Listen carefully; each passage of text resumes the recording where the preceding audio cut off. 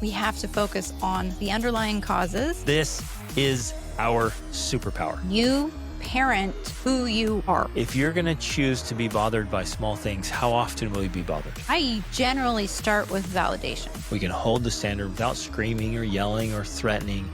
It's our fault. Ladies and gentlemen, welcome to the Extraordinary Family Life Podcast. We're your hosts, Greg and Rachel Denning.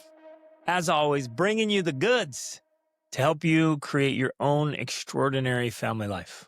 However that looks for you, your own unique, wonderful dreams and happiness. And man, we think about this all the time. Like Rachel and I are talking about this, thinking about this, writing about it. We love this. Like we love families and marriages and children. And we want you to enjoy the happiness and bliss and success and the results that are totally possible. And we created that for our family. And if we can do it, you can totally do it. Because we're nobody special. Right. We're not like, we don't have magical powers or we're not aliens or anything like that. So we're just like, well, this is what works. And we experimented a ton. Yeah. We tried a different thing. There's a lot of trial and error. Mad. Yeah. And so, we could recommend the 1,000 books each that we've read. And you can read them all. Yeah. And which is fantastic. And you can try it. And then by the time your kids are gone, you're like, oh, you should have done that differently. But that's why we're trying to take all that we've learned with working with thousands of families across all kinds of continents and give you the stuff that just works. Yes. And a lot of it is big picture philosophy and strategy. Like, okay, here's the core principle. Here's the overarching idea. Here's the foundational core value. So we got to go big, and then we come all the way into very specific strategies. Which I think that honestly, you and I spend a lot of time in that space, kind of the bigger picture, the philosophy, the underlying framework, or, it's the bigger picture. But we are trying to get more specific with some of the actual details, like on the day-to-day, what does this look like? How does this feel? What do I say? And so especially today, that's something we're going to go through. We're literally going to give you scripts for one of the biggest problems that parents complain to us about. Their kids fighting, sibling rivalry, sibling conflict. And so we want to talk through that, not the philosophy behind it per se, although we'll do some of that, of course, but the scripts. Like, what do you say? How do you resolve these conflicts with your kids? And ideally, how do you resolve them long term? Right. And I know for me, one of the core reasons I like to focus on the big picture is because I hear a lot of so-called parenting experts giving specific strategies that, to me, now having worked with thousands of families, literally, you still like, man, those strategies are like straightening deck chairs on the Titanic. Like that sucker's going down. Yeah. And you can do all the little symptom management and you can stop the little problem here and the little problem there. But I'm like, if you don't address the core issues, who cares if you're dusting the windowsill and the house is on fire? Like it's going down. Yeah. And so we want to hit the big stuff, the meaningful stuff, to make sure the entire ship is moving in the direction you want to go. Your whole family's right. Yeah, exactly. So you want the ship moving forward, succeeding, winning, like 10 years from now, 20 years from now. What is this looking like? What are your kids like as superb adults and human beings? Not, whew, we survived the toddler stage. And then we survived the tweens. But by the time we got through it, our kids don't really like us. They don't really respect us. They don't want to spend time with us. Or with each other. Yeah. And they're bitter and resentful, and they go around complaining to everybody about their childhood. Yes. Like, we're trying to avoid all of that garbage. Right. So even as we talk about these things, we want to continue to remind you, as we often do, because that's what we focus on, is that we cannot only give attention to symptom management. We have to ultimately, especially if we want long-term lasting results, permanent results, we have to focus on the cause, the underlying causes, and on healing wounds or fixing broken bones, like if we want to keep using this analogy, instead of just putting Band-Aids on things or giving some medication that you're like, well, that's great. It might be a temporary fix, but it's not a long-term solution. It's not long-term healing. And when you create that long-term healing in your family, because if your kids are fighting, there's an underlying issue, and it could very well be related to some sort of mental, emotional, I don't want to use the word trauma, but like, I'm thinking of the word infection. okay, I think this is fitting. yeah, Let's say you picked up a little infection, and maybe that came from even the generation before you, but you have this right. little infection, and you come in and you pass it along, and there's an infection, and it keeps spreading. Right. And in So your order to child has a stop mental, it, emotional infection.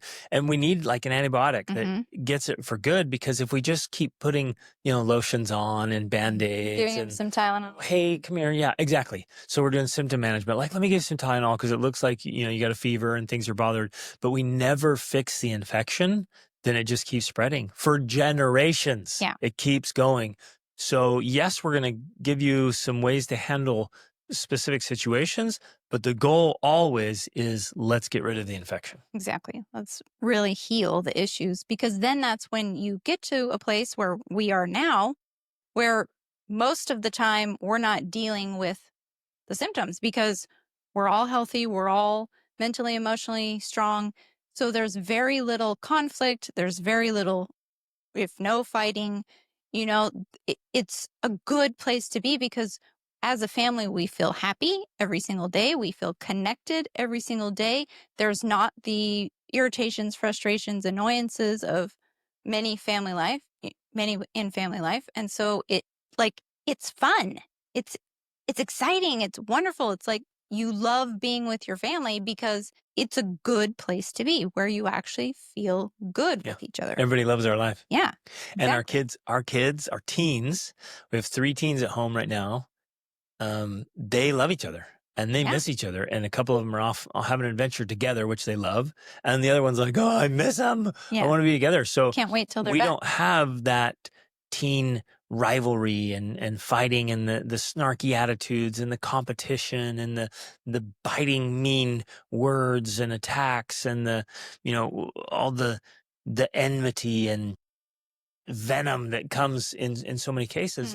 It's non-existent. And I know some of you listening is like, come on, that's a pipe dream. Like, it doesn't exist. It totally exists. Right. 100% totally exists. And you're welcome to come stay with us and see it, as many families have, because we want to show you it's real. And so you can see it up close, like, oh, this is what's possible. It's amazing. Yeah. And today we're going to talk about how to make that happen. And of course, because I always have to do this, that doesn't mean we have a perfect family and we have perfect children. And it doesn't mean that life still doesn't happen. Life is life. Like, you're still going to get frustrated about things, and you're still going to get annoyed by things, and you're still going to be irritated by stuff. Stub my toes often. Right. It's just so annoying. Like, haven't I moved beyond this? I'm 47. That's life.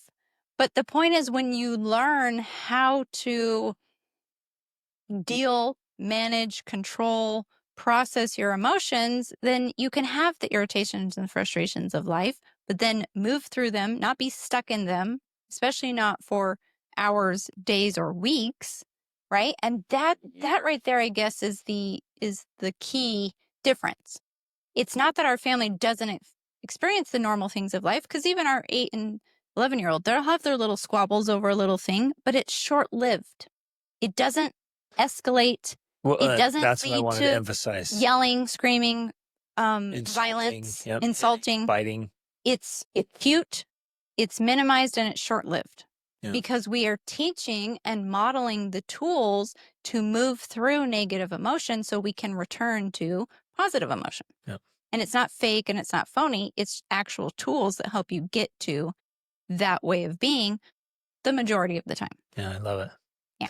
So, Rachel, I've been sharing a lot of parenting strategies and family strategies on social, and we're getting a phenomenal response. It's really great. But I keep seeing these recurring comments, and it's like this immediate reaction from people. It's like, well, we can't be perfect. Like, there's no way you can't be perfect. And they keep using this word. We expect us to be perfect. And I'm like, it's so interesting. It's such an interesting psychological phenomenon, is when you hold up a standard, it's like, hey, we need to be great, truly great. People's immediate reaction is, I can't be perfect. And I'm just been responding like, nobody said perfect. Right. I would never use the word perfect. I would never offer something and say, you need to be the perfect parent. Right. This is the only way that's going to work is if you're perfect, dad, or you're a Exactly. perfect mom, you handle that perfectly. But that's our it's like our like a defense Yeah. mechanism. It's like, I can't be perfect. It's like nobody's talking about perfection. We're talking about being present. We're talking about doing it great, like really striving to be phenomenal. Nobody said anything about perfect. So Yeah. dismiss this idea of perfection. Mhm. If you keep setting that on the table, I can't be perfect. I can't be, just grab it, throw it in the garbage can where it belongs, and don't ever bring it up again. And when your mind tries to bring it up, I just be perfect. Throw it back in the trash. The sucker grows arms and legs and crawls out. Like, put it back in the trash. We're not talking about perfect. We are talking about being great. Or being better. Even if that's 1% better than you were yesterday. Fantastic. Celebrate Be that win 1% better. and then keep going for those small adjustments. Exactly. By the end of the year, 1 year, you could have progressed so much that your family could be like unrecognizable from what it was. This is so powerful and so important. So it's not perfection. It's just improvement. Yes. But this is leading into where I wanted to start. Although we started, I want to emphasize this before we get into the actual scripts and scenarios. And that is ultimately, I think, one of the most important things that parents need to understand is that you parent who you are. Now, that might sound strange when I say it like that, but what I'm trying to say to you is that as we go through these things, I could say something and you could say the same exact thing, and it's going to come across differently to your child because we are not the same people. We parent who we are. So who we are, our way of being, like the energy we carry, the love or hate or whatever it is that's within us that we have, that radiates, and that is how we parent. We can't not parent that way. Right. So ultimately, especially as we're talking about healing and fixing the underlying problems, and this is one of the ironies, although maybe it's just the way life is meant to be, that for many of us, in order to parent well, we have to heal ourselves because we can't keep operating as sometimes broken, sometimes lots of open wounds, Infected. sometimes infected. Yep. We can't keep operating like that and expect to get different results. We have to heal. We have to grow. We have to get rid of the infections so that we can parent who we are as a healthy, emotionally, mentally stable person who then can show our children how to live in the world, how to interact with other people. Because this is the uncomfortable truth that many of you, and maybe all of you who deal with children who are fighting, it's very likely due to the cause that they've seen you or your spouse behave in those ways, either with each other or with them, and they're simply imitating that and exaggerating it because that's what children do. Well, even outside the home as well. Let's say as a dad, maybe you're a very angry driver. Yeah. And when you're on the road, it's just you're cursing and yelling, that stupid idiot, and why you cut me off, rah, and you're just upset. Or you're always cursing out the neighbor, or you come home and you complain and criticize about the people at church Or at work. Or maybe you're just a fighter. Maybe you're very contentious and cantankerous at work, and you bring home that energy. And so you might in your head say, well, I don't fight at home. I'm not fighting with my wife. I'm not fighting with my kids, but you fight all day with coworkers or employees or customers or whatever it is. Like you're just, and so then you come home with that energy. Well, you can't escape it because of what you were saying earlier. You teach what you are. Yeah. And so you bring home that energy and the kids absorb it. They pick up on it. They absorb it over years. They just slowly absorb it. And then they're fighters. And you're sitting like, why do our kids fight so much? Well, it's because you, sir, are contentious. Right. Well, because children learn. I mean, we instinctively know this with babies, but we forget that this continues for the rest of their life pretty much. They learn by observing and imitating. They watch us, they hear us speak, and then they model it. And that's how they learn to walk. That's how they learn to talk. But it's also how they learn to interact with other people. It's how they learn to speak. It's how they learn to, well, speak, but to share their emotions.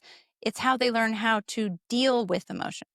So if And they see frustration you, and disappointment and things they don't like. if they see you when you're upset, frustrated, angry, behave in certain ways, then by the nature of their being, they think, oh, when I feel those emotions, that's how I behave. Mhm. That's what that means.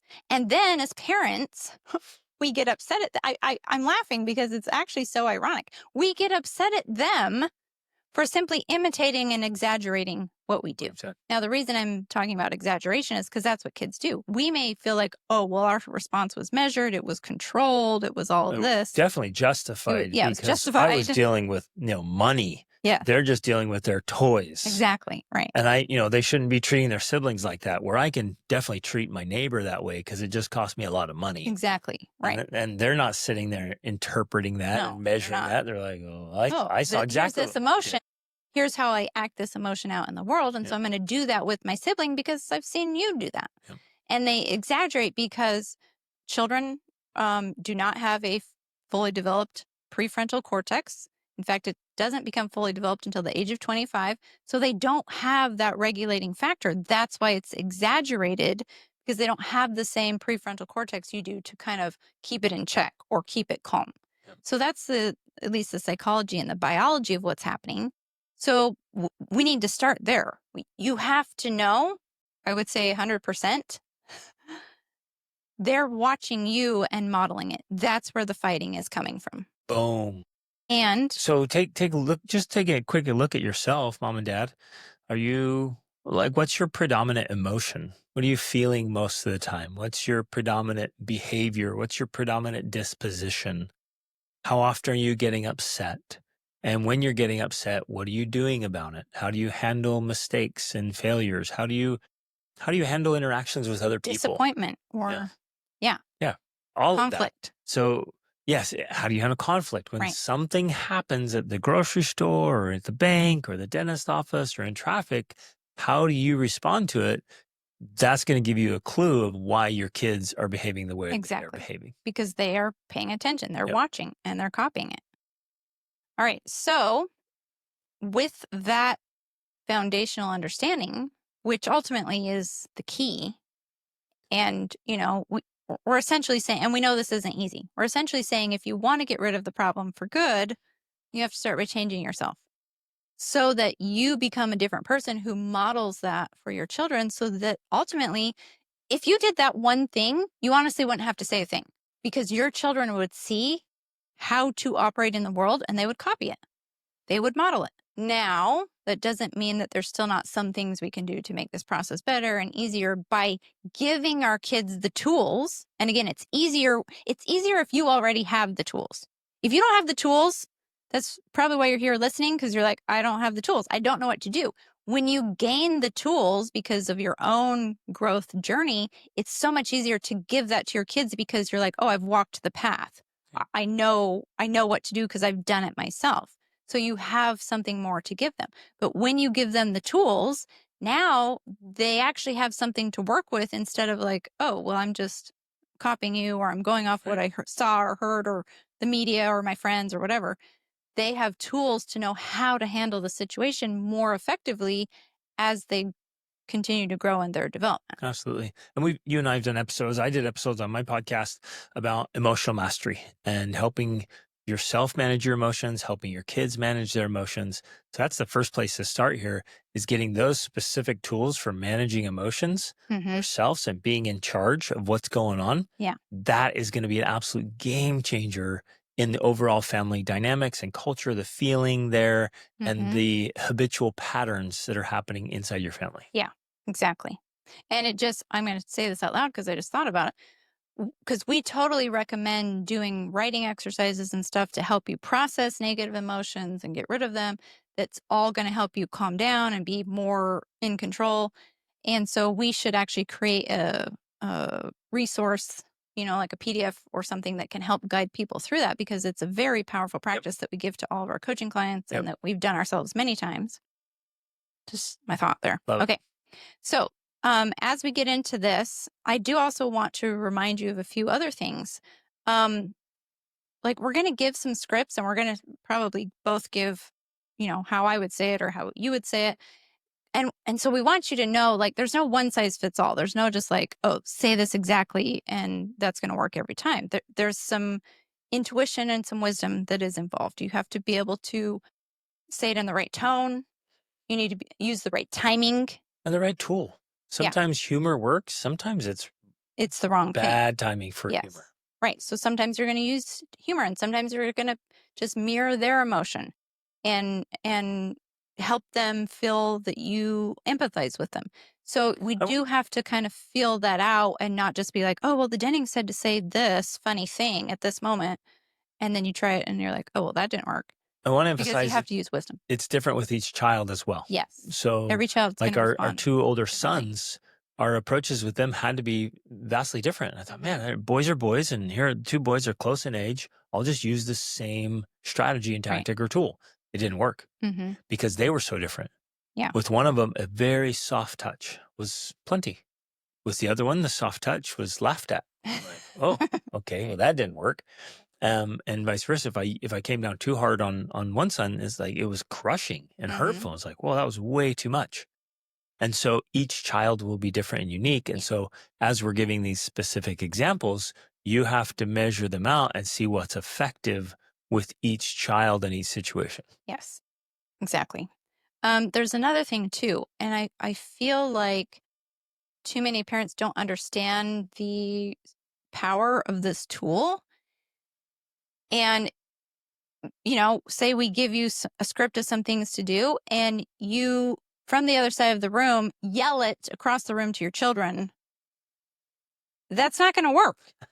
Like, one of the key things you and I do, because this is what works, is when our child is getting frustrated, upset, whatever, experience any sort of negative emotion, we go to them. We don't yell from across the room. We don't tell them what to do from across the room. We move over to them, and we almost always touch them. Yep.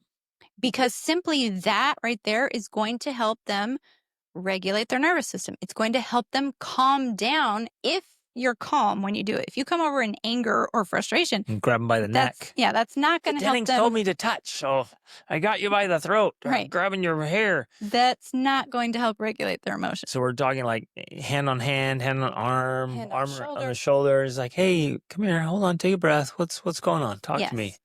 And they're going to be all bristled and angry. It's like, hey, we'll just, okay, we're going to work this out. We'll figure it out. Sometimes as appropriate, you may tickle them. You may wrestle with them. I mean, it depends. Again, you have to fill it out, and every child is different. For some that works, for some it doesn't.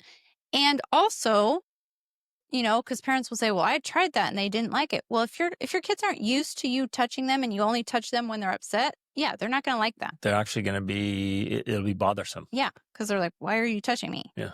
Because you never touch me. So you also have to take proactive action to touch them more, to cuddle with them more, to give them more affection, so that in a moment like that, their nervous system feels that, oh, this is a comforting thing, not a scary thing, right? Right. So, I mean, just simple. Like, do you give your kids hugs? Right. You hug your kids every morning, every evening. At least. And so they're used to hugs, and hugs is like, it's this reassurance. There's actually tons of cool science behind it. But people need hugs, and the hug's a good thing. And so if we walk over, if something's off, they're feeling off, they're frustrated, they're upset, they're discouraged, they're angry, they can't figure out the math problem, or something's not working. And you go, come here, bud, just give them a big hug. It's like, oh. Yes. They know, like, okay, I can, let me take a chillax here, and we'll figure this out. Well, and that brings up another key point, because one of the reasons that conflict occurs in a family is because it's almost, again, it's like an infection, or it's like a chain effect. So if your child gets frustrated or irritated about something, and it could be something totally unrelated to their sibling, their math, their studies, their breakfast spilled on the floor. You know what I'm saying? Like whatever causes an irritation. If that irritation is not resolved, if the frustration is not resolved and their positive emotion is restored, then they care. And we know this is true about us too, as adults. We carry that with us.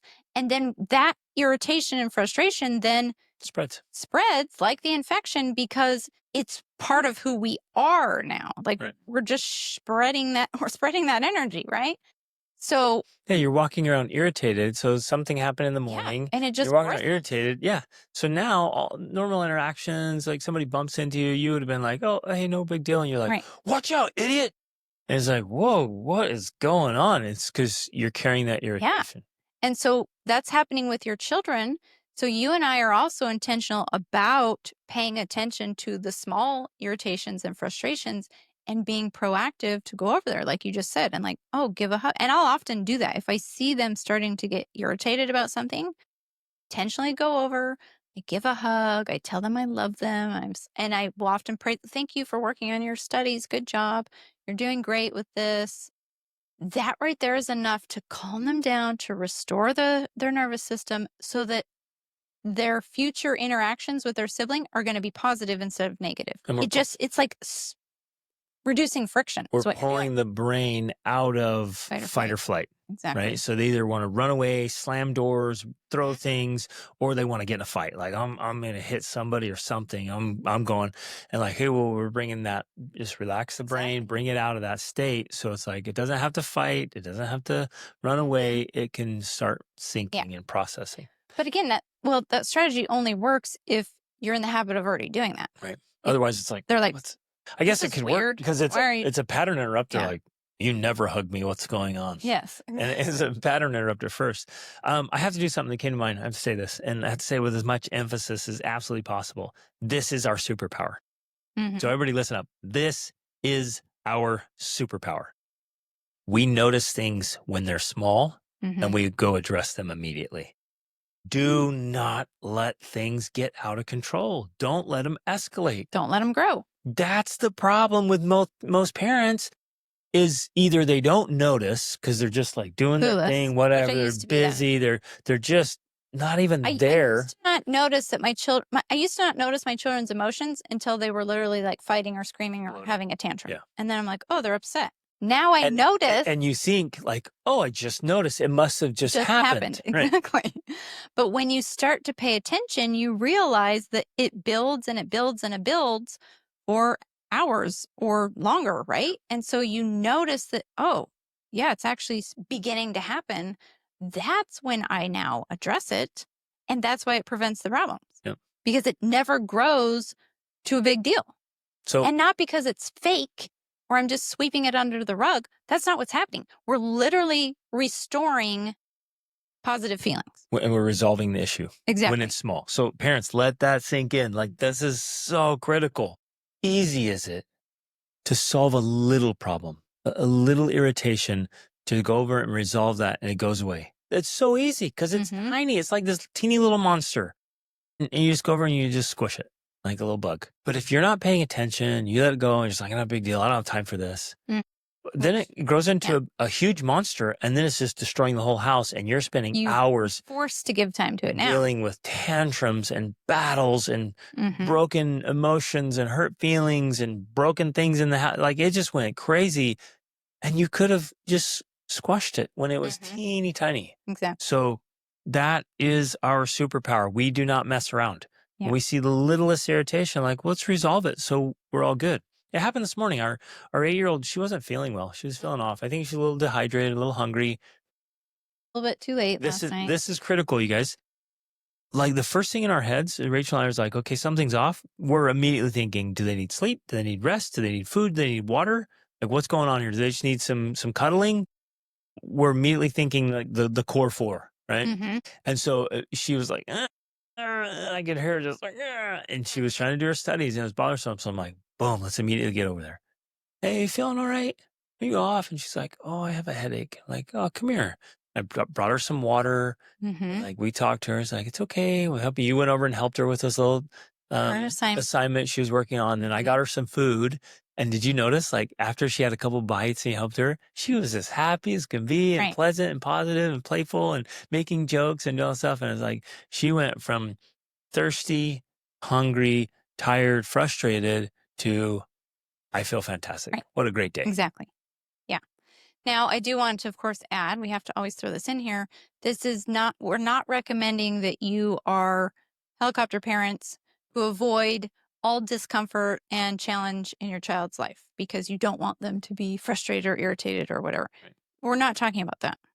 And in fact, Nor we intentionally facilitate challenge in our children's lives so they can learn that. we're helping them process, and we're not doing it Yes. for them. So we're not advocating that you're always there hovering and jump in Protecting first thing Yeah. and do it for them. We're not.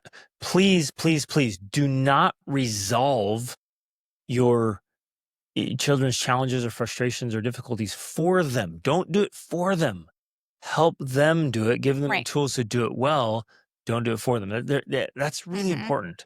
And it's subtle. There's a little distinction there, but it's a fine line of you stepping in to help them do it and you stepping in and doing it. Yes. Big Plus, difference. there's also a very nuanced distinction on how you help your children to take on challenge and to become resilient. And actually, resilience is created from a strong, stable mental emotional base. So if you try to push your kids or make them do hard things when they're not feeling when they're not opting into it, like they have to opt into that. But they're going to be more likely to opt into those things because you might be thinking, oh, my kids would never choose to do that. Well, they will actually.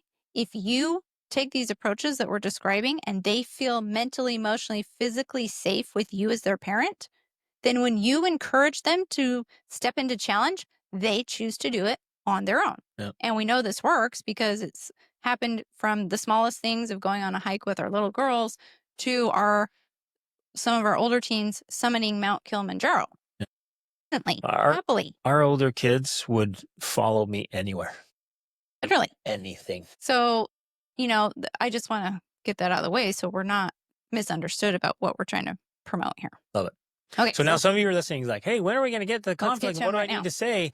But this is the core, because if we give you the things to say and you go over and say them, but you're not dealing with the hangriness and you're not dealing with sleep and thirst and irritations and frustrations and you're not pleasant, then you can say all the right things and it'll just fall on deaf ears. And you're like, you Dennings are full of crap. This stuff doesn't work. It's like, well, no.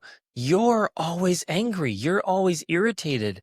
You're ranting and raving at the government and politics and Mhm. stupid neighbors and the idiots in that political field or those horrible blah, blah, blah, whatever. And you're a racist and a bigot and a prejudice. And then you're like, but I said the right things to my kids. I'm like, so what?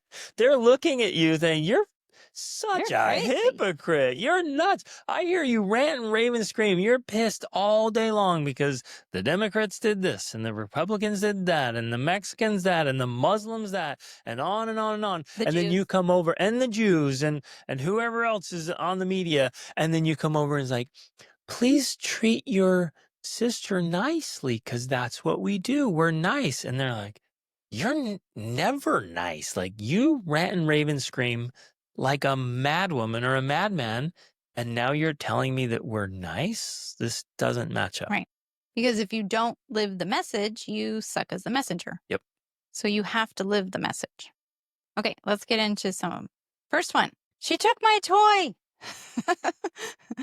Or they're playing a game and they're fighting over the who's winning, who's losing, the toy. It's escalating. Let's do stuff in space first.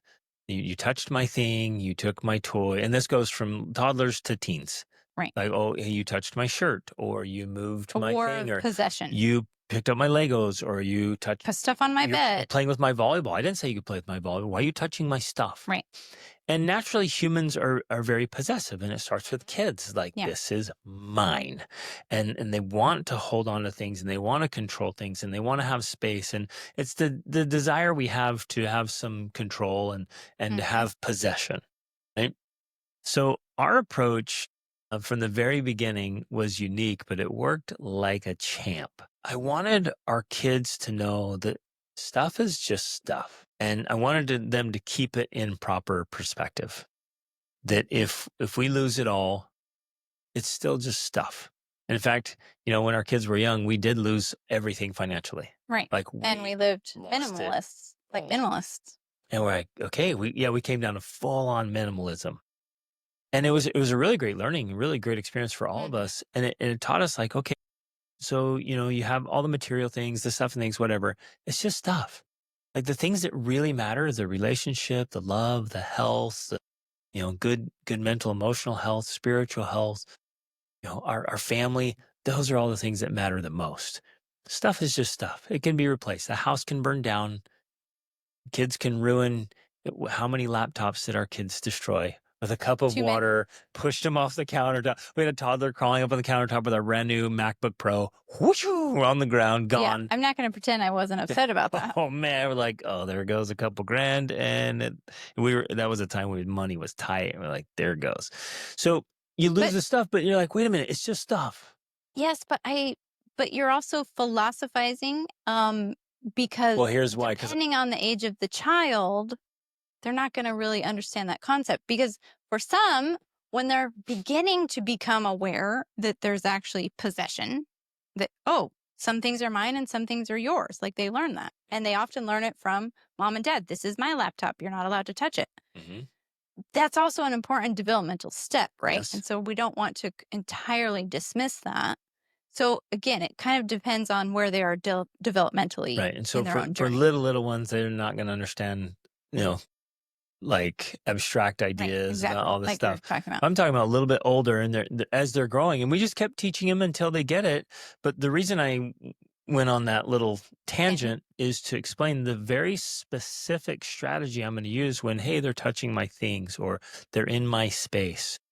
Is like, I wanted them to know that stuff and things and space isn't near as important as people. Your siblings, mom and dad, our family, other human beings are way more important than stuff. And so I kept iterating again and again and again. Never let stuff become a point of conflict in a relationship. Right. So, okay, but say that it's happening right now. And again, this is why it is challenging in this space here, is because the response you give is going to depend on, like I already said, the age and maturity of your child. That's why when in our extraordinary parent mentoring method, we're separating into cohorts so that we can talk to parents of like, okay, this age of children, like the next cohort we're doing is 5 to 14. Because the way you talk to them is going to be different than your teenagers and different than your younger children. But let's have a scenario. Let's say it's like a 5 and 8-year-old was one of the things we received.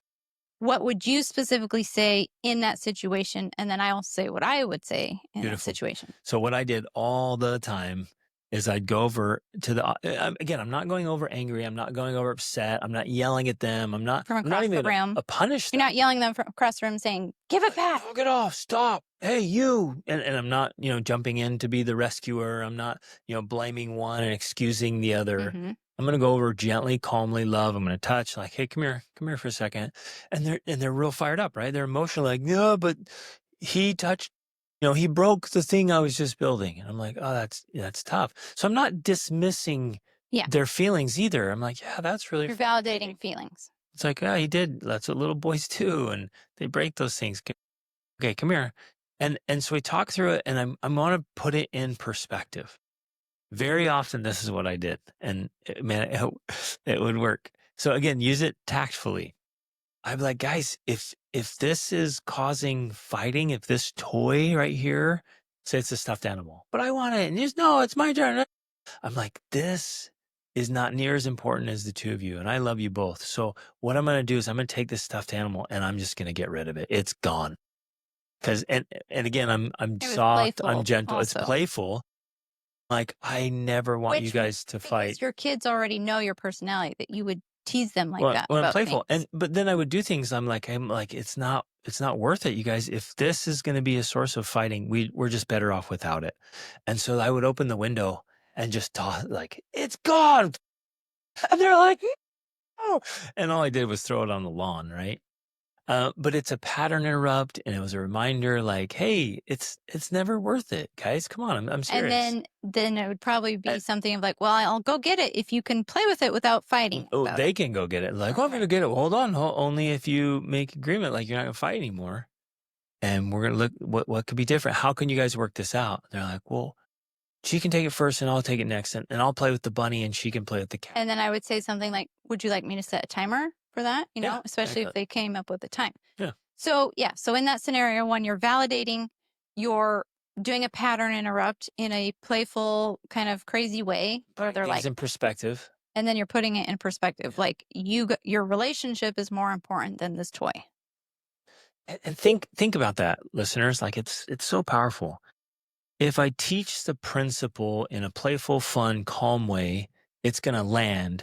Versus I go over there, you knock this crap off. I hate it when you guys are fighting. This is ridiculous. I'm throwing all your crap away. I'm gonna get rid of everything because I'm so sick Right. of you fighting. Yes. That's what dads are doing all the time. Yeah. Like And some people might say, well, it's the same thing. You're taking the toy. Well, no, it's not the same. totally The different. way you present it, the way you handle it, the tone is all very different and it has a different impact. Yep. Yeah.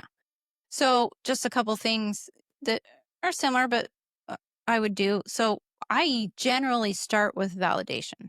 So, if one of them is so upset that they're yelling out, they took my toy or she did this, then I start by validating. I'm going to be like, wow, that's frustrating. Oh, that's so rude.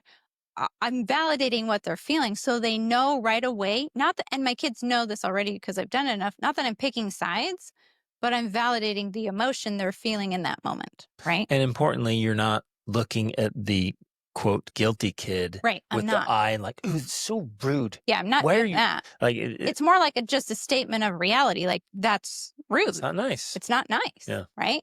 Which they already know. But then I also will, again, I'm going over to them. I'm touching one or both of them. And then I'll say something like, did you take it or did you ask for it?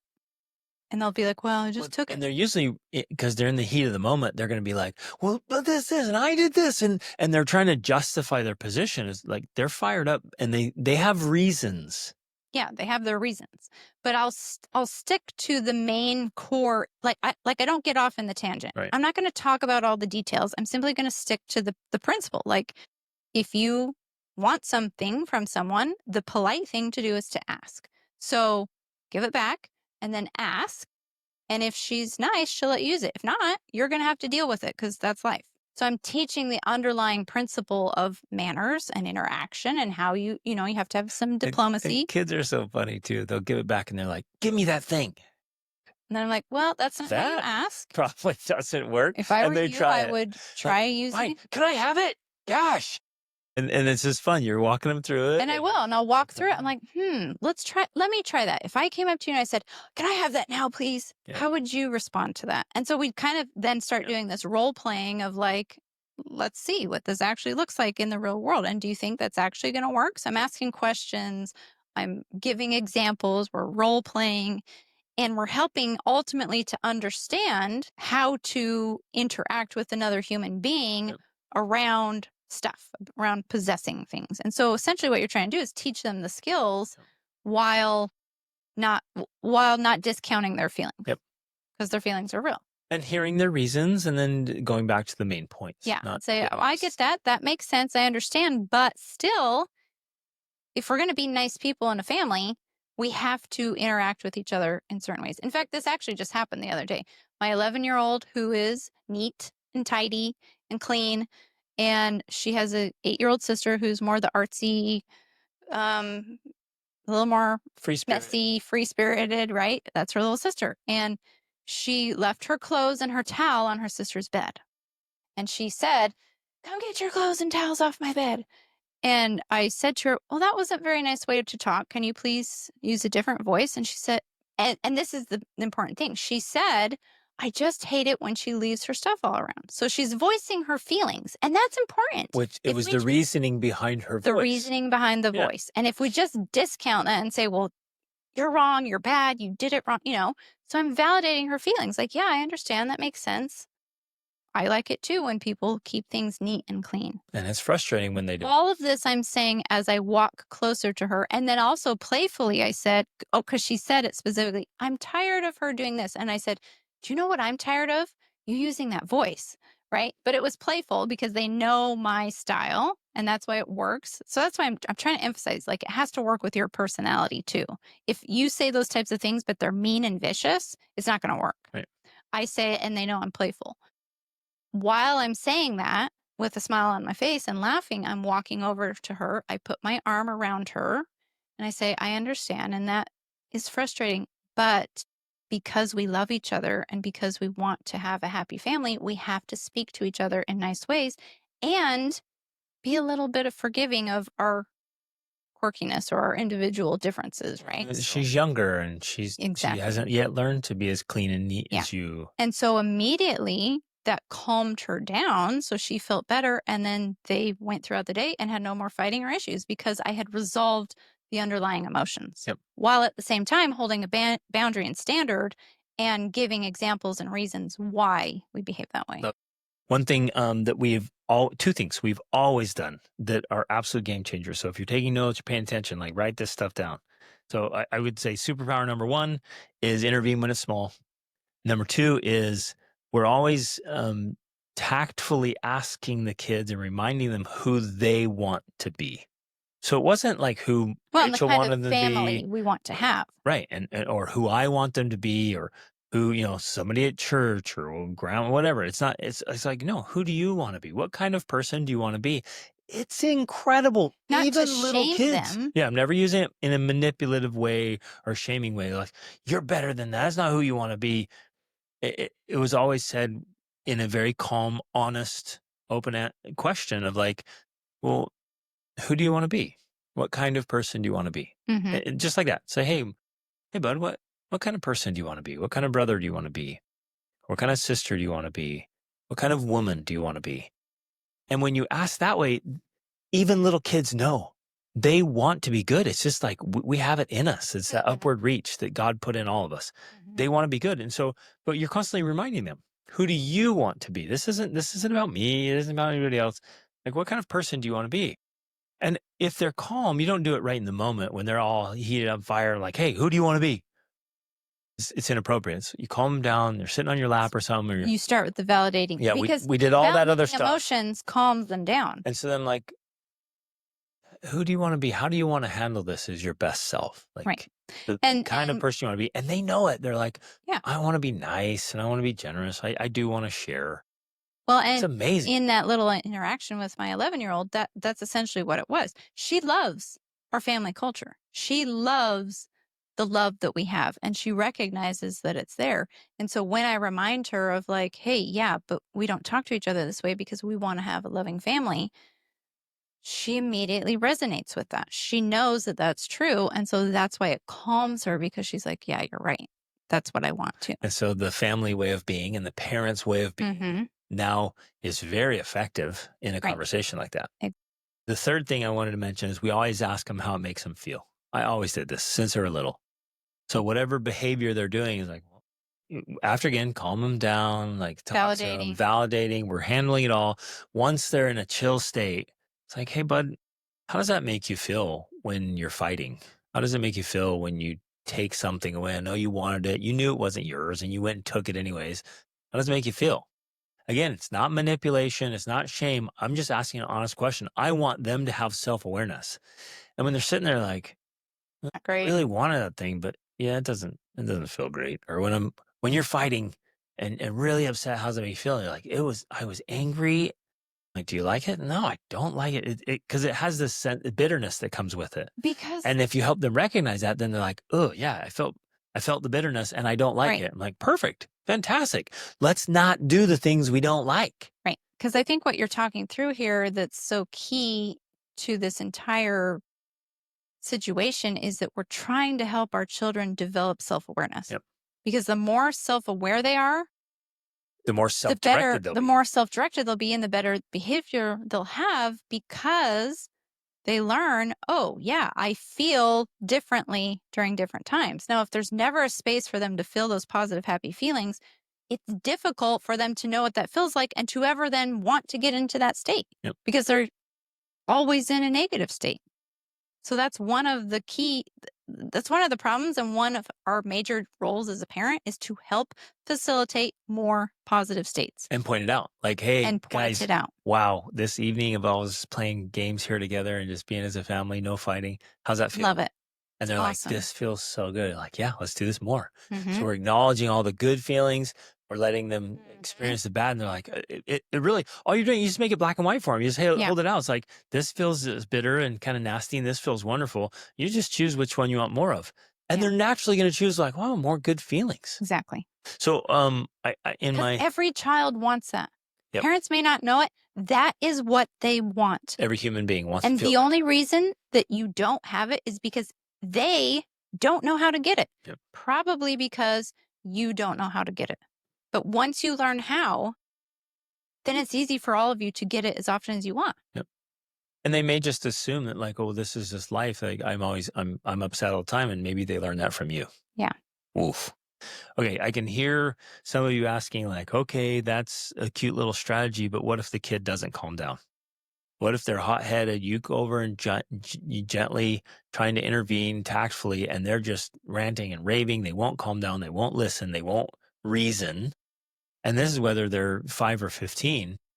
So then what? What do we do if they're escalated and they won't respond to reason? That's when I'll say to them, like, hey, you need to calm down here. Take a breath, calm down.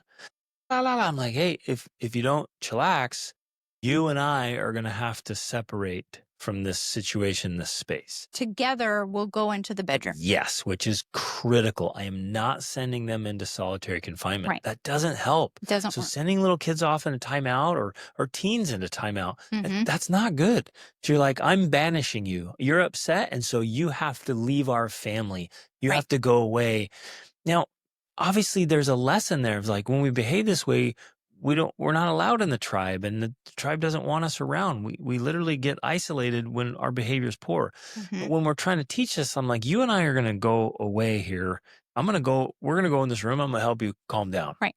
So that they know that you as the parent, the most important person in their life who's there to teach them and mentor them, you're not abandoning them. Yep. You're going to help them through these difficult Right. emotions. Because if they're not settling down and they're not responding, it's because they're so heightened. Like their brain is in such a reactive mode, and they likely don't know what to do about it. It's Exactly. like, I am crazy. I can't even calm down with you standing here. It's like, hey, we're gonna go over here, and you and I, we're gonna calm down. I'm gonna teach you how to do this. We're gonna go over there. I'm like, we're gonna breathe. Or We're gonna depending chillax, on, vent. I'm just thinking through scenarios, depending on the situation, I may just, again, I'm not sending the other child away in punishment. I'm just saying, hey, let me help your sibling here. Why don't you go work on something else or go do something Just take a else step while I away. help them figure out how to calm down? So Yep. I might send someone else off, especially if we're already in a bedroom or whatever. And we're gonna listen, because if they need to vent a little bit, say, okay, tell me about it. La la la la la la la la la. Okay, keep going. And, la, la, la, and What then else? What they're else? like, oh. And then they feel Yeah. better because they vomited out all this anger and frustration, and we hear them, and we're just And we listening. I don't don't have to judge correct them them. and we validate Yeah, their feelings. And that right there is so powerful. And I think if parents did that more often, it would solve so many problems, right. it prevent so many problems. Because often the reason a child explodes is because, just like the reason we explode, there's a lot of stacked emotion that hasn't been resolved. And finally, there's this breaking point and they don't know what to do about it. But if we focus on punishing the behavior because we think that's the problem, then we don't fix the issue. Right. We're doing the symptom management. So we have to go resolve the issue. We have to heal the infection, heal the wound. And that is going to take an investment of time. That's one thing parents don't like. They're like, well, that's going to take too much time. I don't have time to go sit and listen to them. Then guess what? You're going to get the results you don't want. Ooh. You have to be willing to invest in your child so you can get the results that you want. And listening to them vent about all of their problems and complaints is one of the best ways to do that without judging them, without telling them they're wrong, without telling them that they don't see clearly, whatever. You're going to have all of those thoughts and feelings. Just listen, just validate, understand, say, yep, that's part of being human. We all feel like that at some point. and they'll feel automatically better. Then you can hug them, you can hold them. And they'll calm down Then and they'll make better they choices. feel better, Be and they responsive. will be ready to move through the world Yep. without fighting. One of the most valuable things of listening is that they're going to start articulating patterns. Yes, Well, because it's always like talking is sure. thinking. Yeah. People think by talking. Sorry. If you're listening, like, why are you talking to mom like that? What's going on? Why are you so reactive? She's always trying to control me, or she never trusts me. She's always picking on me. Ooh, okay, Mhm. there's something. I'm not just going to dismiss that. And I was like, so you feel like mom's like picking on you? Yeah, she always pick on me. Okay, tell me why. Mhm. And he And see, walks through it. saying something like "tell me why" is helping to validate, because you're not immediately discounting it as like, "No, you're wrong. There's something wrong with But you." nor am I saying, yeah, she totally does. Right. Golly. I just say, tell me. And so I'm Tell trying me to why. understand. And right or wrong, if the child's reality is, well, so and so's always picking on me, or I'm always the one that's picked on, it's never fair. I'm like, well, okay, those are big words. Interesting. Let's walk through that. If they feel like there's a pattern of injustice, Mhm. then the next little thing that happens is going to be a big explosion because it's Adding stacking. to the stack of Yeah. injustice. So it's like, this is so infuriating. I'm like, oh, that's why we're getting these really big Exactly. emotions, because they feel like this is a pattern of injustice. Mhm. I'm just being wronged all the time. Mhm. So now I'm like, boom, there's the cause. And as a parent, I'm going to talk to Rachel. I'm like, we're going to go solve the cause of this Right. pattern instead of just dealing with the symptom every time. Exactly. Yes. Super powerful strategy. Okay. Good. Let's go to the second one. This one has to do with antagonizing. So, he's always annoying me. He's touching me. He's in my space. Kids are funny too. They like to poke or pinch or hit, or like every once in a while they just get this little streak of like, I'm going to do something annoying right now, and they'll like slap. We saw it the other day, these little sisters that were here visiting, and one of them just punched her. I'm like, out of nowhere. And man, she was on it. She's like, fights on now. And even with like, I reached out to try to intervene. Mom reached out to try to intervene. She's like, I'm gonna throw punches. Like, Yeah. I'm getting justice here because she hit me. I'm gonna get her back. Yeah. And there's that sense of revenge and retribution, and I'm gonna make this equal. And like they were throwing punches, and finally, I was like, look, if you want to punch somebody, come punch me. Here come, and they're like, no, and they're like, come on, and finally they came over, and then it became a little game. They were punching me in the stomach, Mhm. and we were laughing, we are having a good time, and it totally diffused this little duke it out situation. But they'll do it. They'll do the things like you're saying. They'll purposely be annoying, or get in the space, whatever. What do you do then? So I generally will, and again, this depends on the age of the child. It depends on their maturity. It depends on what I already know about them. My 11-year-old can get annoyed with her 8-year-old sister, especially as she gets older now. She's more mature. She's growing up. She's She starting her also, cycle now, so she's going into adolescence. yeah, And so big changes in her body and her exactly. brain and her thinking and her way of being. And so she feels like, wow, I'm really maturing. I want to start leaning into the Yes. older ones. And oh, this little shadow of mine Yes. is annoying me, right? Right. And besides the fact that she's also someone who really does appreciate her alone time. She likes to be alone. So depending on all of those different things, that will determine the response. But I'll often say something like, go over, give her a hug, and like, oh, I'm sorry. Why are you feeling? I try to bring it, because our approach is always bringing back individual responsibility. Mm-hmm. So I'm never like, oh, yeah, she's doing annoying things. She might be, but that's not the point, because I'm trying to teach my daughter responsibility for her own feelings. So I'm like, why are you feeling annoyed? You see how that question reframes it? Because most of the time, the reason we're feeling annoyed by someone's behavior is because of our own feelings. Yep. Maybe we're hungry, we're hangry, we're tired, we didn't get enough sleep, we're frustrated or irritated about other things. This happens with parents too. Or So maybe if we have some little recognize, rule or expectation in our head yeah, that's like if not realistic. if we recognize that the annoyance is actually coming from within, then we can resolve that. And the quote unquote annoying behavior isn't an issue because we've removed the inner annoyance. So I know that about her. So I will go to her. I will hug her. First of all, I'm not going to get after her and be like, just get over it. Like, what's your problem? Stop. I'm like, oh, why are you feeling annoyed? And then is going to vocalize some reasons. And if she is essentially something like, I just need some time to myself, I'm like, great. Lem- you can do that.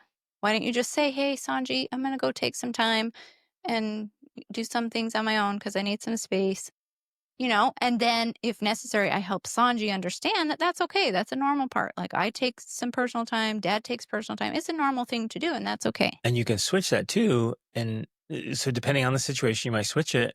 And you'll talk to our 11-year-old and say, "Do you remember what it's like when you're 8 and you just want to play? And it's the coolest thing in the world to play. And you just wanted to play with your older siblings. Like it was just play, play, play, play, play. Please play with me. And you hated being alone." That's like, it means the world to her when you play Hmm. with her. Do you think you could go play with her for 10 minutes and then have some alone time? And she's like, "Oh, yeah."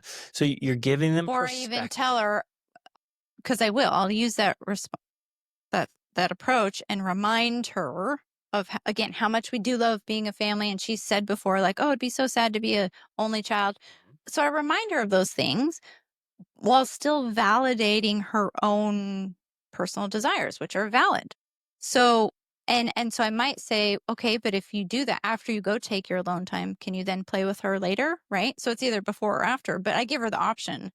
So then she's like, yeah, okay, yeah, I can do that. Love it. Another thing I'll do in situations like this, and these little situations literally can be infinite. They don't want to sit next to each other in the car. It's because we're too close. They're touching me. They're sitting right next. I hate when they sit next to me. Or their stuff is like all over. It's in my space. It's like all these little things, and it literally could be infinite. So one of the things we're constantly teaching our kids, and I'm even teaching my clients, is like only small people are bothered by small things. And I'll teach these lessons. We'll have it in, our family devotional. I'll teach it. But even in the moment, I'm like, and I'll kind of chuckle. I'm like, hold on. Did you hear what you just said? Yeah. It's so annoying. I'm like, wait, you're bothered because there's something right there next to you? Yeah. It's so annoying. I'm like, hold up. I'm like, let's get a little bit of perspective here. That it's important to emphasize what you're talking about, that we preempt certain scenarios, or perhaps it's a scenario that's occurred before.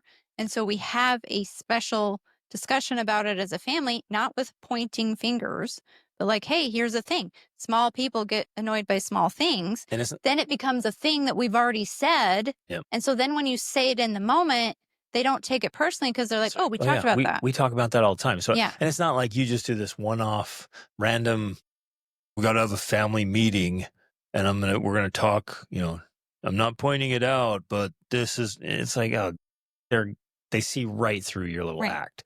But we're constantly teaching principles, and this is one of them. So then I'll point out, I'm like, are you really going to choose to be bothered by that? Is that like, how does that make you feel? Is that the best self? Again, we're teaching the same principles, but I'm like, you're really going to be bothered that somebody has to sit next to you?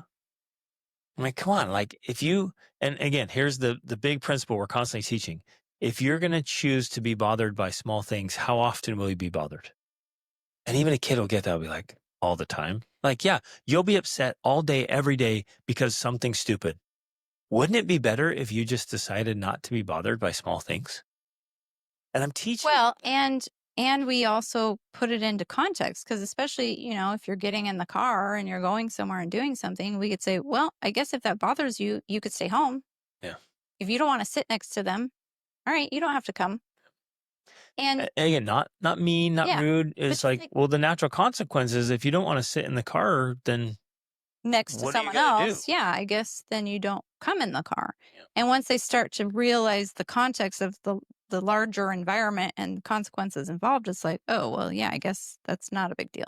And Now, then, one of the things is our kids know when we say things like that we would actually carry them through. If they decided they were going to stay and they were too young, I'd be like, well, I guess I'm staying with you because you don't want to be bothered by sitting next to your sibling. and so they're all going to the beach or the water park, or they're going to do something awesome, but you don't want to sit. So, okay, I guess we miss out. And the reason why we are willing to make those kinds of sacrifices is because we realize in the end, we're raising children. Yep.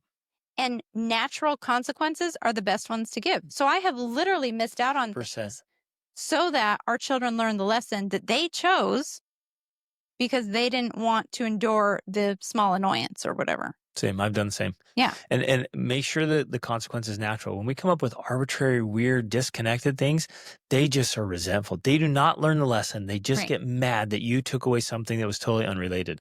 But if the consequence is natural, it's the lesson's built in. They're like, Yeah. oh yeah, I didn't get to do that because I was acting annoying or I was choosing to be bothered by something insignificant. Right. Now, with our travel lifestyle, we'll also put it into perspective. We'll go smash into some crazy subway or some chicken bus in Central America, and There is they no force personal space. 4 people per bench in this old school bus from the 70s, and you're just crushed in there, and everybody stinks, and there's animals. Like, yeah, don't get bothered. Right. Keep things in perspective. Like, wouldn't you remember that time we were in our nice car with everyone had their own seat and the Well, AC and you were upset? Like, then remember when we do, this that's moment. probably one of the reasons too, because when we do get in a car and we have our own space and we have like AC, our kids are like, They're "Ugh, like, the bed. oh, this I is love the this." vibe. I mean, there are times we literally had to fight and smash our way onto a subway in Mexico City. Remember that? Oh yeah. Like there was no way we were getting out of there. And I felt so bad. I was literally shoving on Rachel and the kids to fit them in this subway So we because didn't get separated. there was no way. Like we're gonna lose each other. Like, "Yeah." And so we're smashed in there. Like no wiggle room anywhere. You're like, hey, it's This is life. life. Like, and when you have perspective and you stop choosing to get upset over things, then it makes it easy where, for the most part, our kids don't get upset over little things and they can handle annoyances, difficulties. And we kept reminding them, kept teaching them. Now we'll have a flight canceled and then a delay, and then we miss the transfer and the wheels break off the luggage. And it's 1 o'clock in some random airport somewhere in the O'clock world in the with morning. tons of luggage. And kids, little ones are falling asleep. So I'm carrying one, my other son's carrying another. We're carrying all this luggage. And we're like, oh, and then we look at the map and it's like, oh my gosh, it's a 2-kilometer walk to the train or the bus. Like, oh, Or the let's go. hotel. Everybody's laughing and smiling, and they take it like a champ. Right. No complaining, no annoyance. I mean, they're even like, they're laughing about chuckling, like, oh, this will be a good story. Like, let's go. Because Yeah. we lean into like, how could we possibly be annoyed by little dumb things? Right. And we remind them of the privilege of the opportunities that come with the annoyances. And so that's kind of the framework we also bring to our kids when they get annoyed about things or irritated. Like, hey, would you, and we've said this, would you rather be an only child than you wouldn't have a sibling? Or she's on my bed. And it's like, well, you want me to take the bed and throw it out the window? Every once in a while, I'll do something like that. I'll just grab the mattress, be like, I'm good. I'm going to throw this out in the garage. Because I definitely don't want you guys fighting over it. So if you really don't like it, it's like, you don't need a bed. I'm good. And again, I'm not being mean or vindictive or whatever. I'm like, let me just take the mattress out to the garage and you're good. Create the paradigm shift of like, it's a privilege to have these things. Yeah. It's a privilege to have your siblings. It's a privilege to be in a family. These are good things, but they naturally come with irritations, annoyances, frustrations, like, because that's life. And so we have to learn to weigh those and be like, oh, yeah, actually, I would choose this. Another thing that I forgot to mention that fits with both of these is whenever they got possessive, like, she keeps getting on my bed. Like, well, I'm sorry, did you buy that bed? I must have missed that. Did you go with mom and buy a bed? Like, no. I'm like, oh, who bought it? Like, you did? Oh, so it's my bed. Okay, so what about this room? I forgot. Did you pay rent this month? Oh, you didn't? Wait, well, who pays the mortgage? Oh, I do. Oh, wait a minute. This is my room. So I'm letting you sleep in my room on my bed. That's so nice of me. Right. I think I'll let your sister sit on my bed too. And I just keep bringing this back and Yeah. like, it's just stuff and it's things and it's all mine. And at the same time, if they want personal space, great. We can arrange for personal Right. space. But the idea is it's really not yours. Right. Right. Just keep And it in then check. we will also use the thing where, like, oh, they took this or they won't give this back or they won't let me have that. I'll be like, oh, well, yeah, what about my stuff? Maybe I shouldn't let you have that. Or maybe I shouldn't be giving this to Right. this food or You're like, this. well, wait a minute. That's my fridge and all my food. So let's make a deal. You don't share with your sibling and I won't share dinner with you. Right. Deal? And they're like, no. Okay. Okay. How about we If be I'm willing to sharing? share, you can be willing to share. Because I share my couch with you every single day. I share my food with you every single day. Wait, the AC's on. Oh, the internet, the Wi-Fi, Yeah. all this. It's all mine. And then every once in a while, the kid will, they earn their own money and they buy something. This is mine. I bought it with my own money. I'm like, that's amazing. How did you earn that money? Well, I went over and worked for the neighbor. I'm like, well, who's the neighbor friends with? Like, how did that happen? Whose moped did you use? And to then, get over yeah, there? and then you took the moped. And what tools did you use? Oh, yeah, all of that's mine.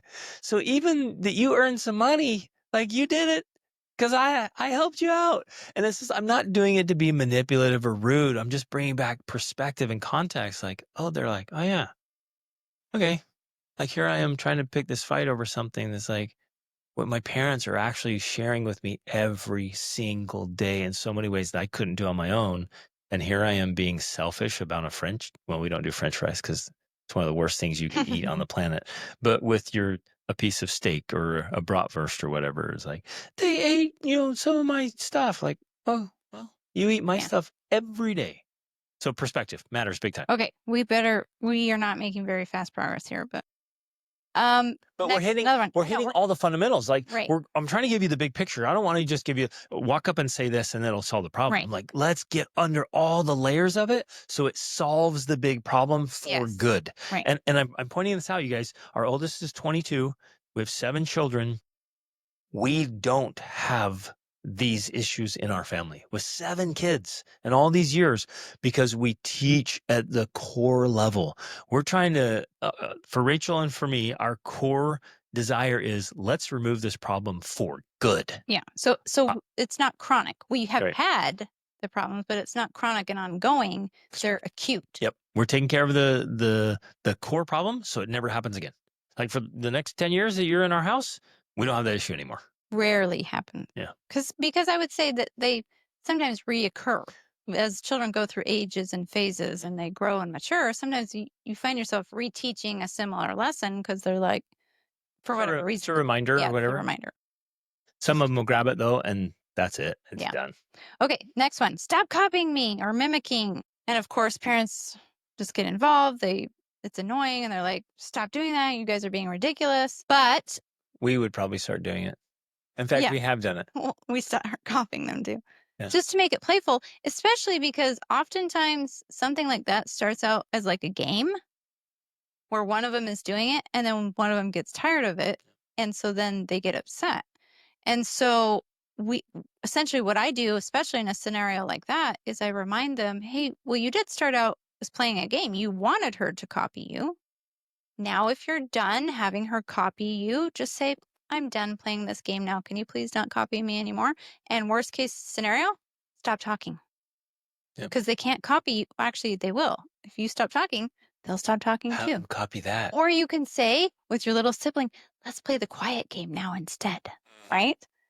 So you're modeling, you're role playing how to respond to the situation depending on what's causing the irritation. And that's often that's something with like a younger age, and then there you can use any kind of diversion or distraction. Like, hey, let's do something else. Hey, that's when I would jump in and start wrestling or tickling or hey, well, check this out. And you could just find a drawing. You could look up a cool video of dolphins and like. And you might even, they're over there. I start noticing, right? We start noticing and they're starting to squabble and it's getting a little bit of annoying. I might pull up something I know they love and like, look at this, guys. Well, look at this lion. This is insane. I can't, what? And they come running. What is it? What is it? What is it? And I show them the video. Like, look how rad that is. Like, so cool. Oh, remember that time we were in Africa on the safari? Blah, blah, blah. And it's gone. Yeah. Right. And you just help them like, let's move on from that. We don't need to have a fight over it. Yep. Okay. So, but you're keeping it lighthearted. Yep. Name calling, insults, or swearing even. Now, often parents may respond reactively, like saying, don't say that. And I would actually say sometimes. You little brat, stop calling names. Right. I actually. Wait, let's pause. If you're calling names, to your kids, to your Right. spouse, to your neighbors, to your in-laws, to your siblings. No wonder your kids call names. Right. And you If you're can't swearing, say, don't call right? names Because you if do you're it. doing it. Especially you called them names, Yes. and you're insulting. If they hear you insulting, as soon as you notice your kids are doing it, check yourself and be like, well, no Hmm. wonder. It's totally my fault. And then Or here's what you do. This is so powerful. It's so important. You hear them calling each other names and insulting each other or swearing, and you walk over, instead of them getting in trouble, you walk over and you say, I am so, so sorry that I taught you how to do that. I apologize. I recognize that And I'm I've teaching. been doing that and I don't like it. I don't like hearing you say it. I'm going to change it. So from now on, when you hear me call names, I want you to call me out on it. Yeah. That's one of the best ways to approach that scenario. Yeah. Or the same with the insulting, the same with the swearing. You take responsibility for it first and then ask them to hold you accountable to it. And that right there is going to encourage them to not use name calling or insulting or swearing. Because your kids will be like, well, Dad, I hear you call the neighbor an idiot all the time. And it's like, well, yeah, but I don't want you But they are an calling your idiot. child that. Yeah. Well, it's because he is an idiot. It's like, well, my little brother's an idiot. No. And so then you're in the weeds there trying to tell him it's not the same, whatever. It's like, no, you lost, man. Just don't do it. Um, But then, okay, so how do you actually handle the situation? You apologize, you said right, and in our this is true for our family. We and we taught this early on little kids and reiterated it 10,000 times. We do not call names. We do not insult. We do not right. swear. And so I actually, and that's where kind of where I started with because we weren't doing that or we stopped doing that early on. When I do hear my children do something like that, first of all, I'm wondering where they got it from because they didn't get it from us. They got it from movies. They got it from other Some little people. snarky cartoon they Yeah. watched. And so I often respond in a sort of reactive way, but it's intentionally reactive where I'm kind of like, where did you hear that? So that they know, especially because I don't often do something like that, they know, oh, wow, I just said or did something that shocked mom. And that gets their attention. And then I'll say something like, well, that's actually a swear word. I don't want you saying that anymore, please. So I don't shame them, but I have this shocked response so that they are aware, they pay attention, and then I teach them the principle. We don't talk like that to people because that's not nice or appropriate. Yeah. Or even ask, like, does that sound like a gentleman or does it sound like a lady? Well, Is and that depending on their age, classy? they may not know because generally, at least in my situation, it happens when they're younger and they don't know. They're just experimenting. Right. They heard something and they're going to try saying the word or Yeah. repeating it. So they don't necessarily know. Now, if they get older, But and I'm still teaching, even at a young age, they may not comprehend like what I'm saying, so but we're so talking you might about, say something like hey, princesses don't talk like that we're or ladies classy. don't talk like Yeah. that. No, we want to be gentlemen and Yeah, ladies. so We you want would to, be teaching the idea yeah, and trying to cement that in their yep, brain that way. exactly. Yeah. And with the older ones for sure, like, hey guys, we're classy. Yeah. We're, even if people mistreat us, even if they insult us, like we're gonna walk the higher way because that's who we want to be. We want to be dignified.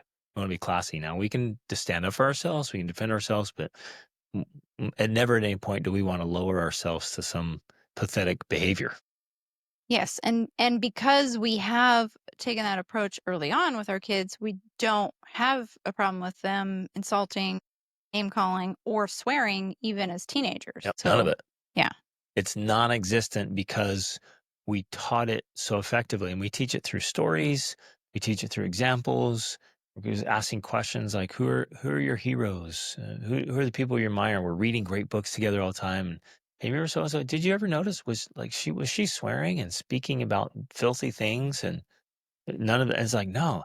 And every once in a while, when the kids were little, if like they were talking about, we called it toilet talks. Like, hey, bro, you want some toilet talk? Go talk to the toilet. Like, we're not doing that here. Like, Yeah. seriously, go. And they're like, oh, and they're like, no, I'm dead serious. Like, go talk to the toilet if you want to do toilet talk. And otherwise, be classy. Right. And this is something that we are pretty this is one of the things that we're pretty firm on.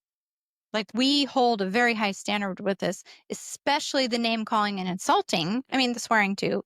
I am actually guilty of swearing more than anyone else in the family. But for the standard rule, the swearing, and then the name calling and the insulting, like, it's a hard, fast rule. So we don't allow any of the name calling. And so because Like none. none at all, because in general, our overall approach is so loving, warm, open. We have a lot of freedom within boundaries in our family. Our children make a lot of their own choices. But when it comes to something like that, we are firm. We are, if you ever describe us as being harsh, that's probably when we're going to be harsh, because we want them to know we are very serious about not insulting and calling names. Because when you fix that, that's one of those underlying behaviors that fixes a whole lot of problems. Yeah. So if you can eliminate name calling and insulting from your family, of course, starting with yourself, you're going to improve overall behavior in general. Like, 100%. children are going to be nicer to each other just because they don't call names or insult each other. Yeah. So to me, it's a big deal. It's a big domino. Yeah. That one starts moving things in the right direction. That's really good. Exactly. And so you guys will notice as we're talking through this, like we've got only a few very firm boundaries with high standards. Mm-hmm. And we hold those things. So, and I hope nobody's confused here that we're all in this gentle parenting and we like let the kid do whatever. It's like, no, we have firm standards, but we can be kind and firm simultaneously. We can hold the standard without screaming or yelling or threatening. And we're constantly modeling the way. Mm-hmm. Like, I want to be a refined gentleman, right? I want to be a warrior king. And so, and again, if you're new to this, you might be listening and be like, I bet those Denning kids are a bunch of flipping babies. They can't even handle any name calling or insulting or sarcasm. They're probably hypersensitive and little weaklings and wimps because their parents coddle them. And that couldn't be farther from the truth. Right. Our kids are tough and solid.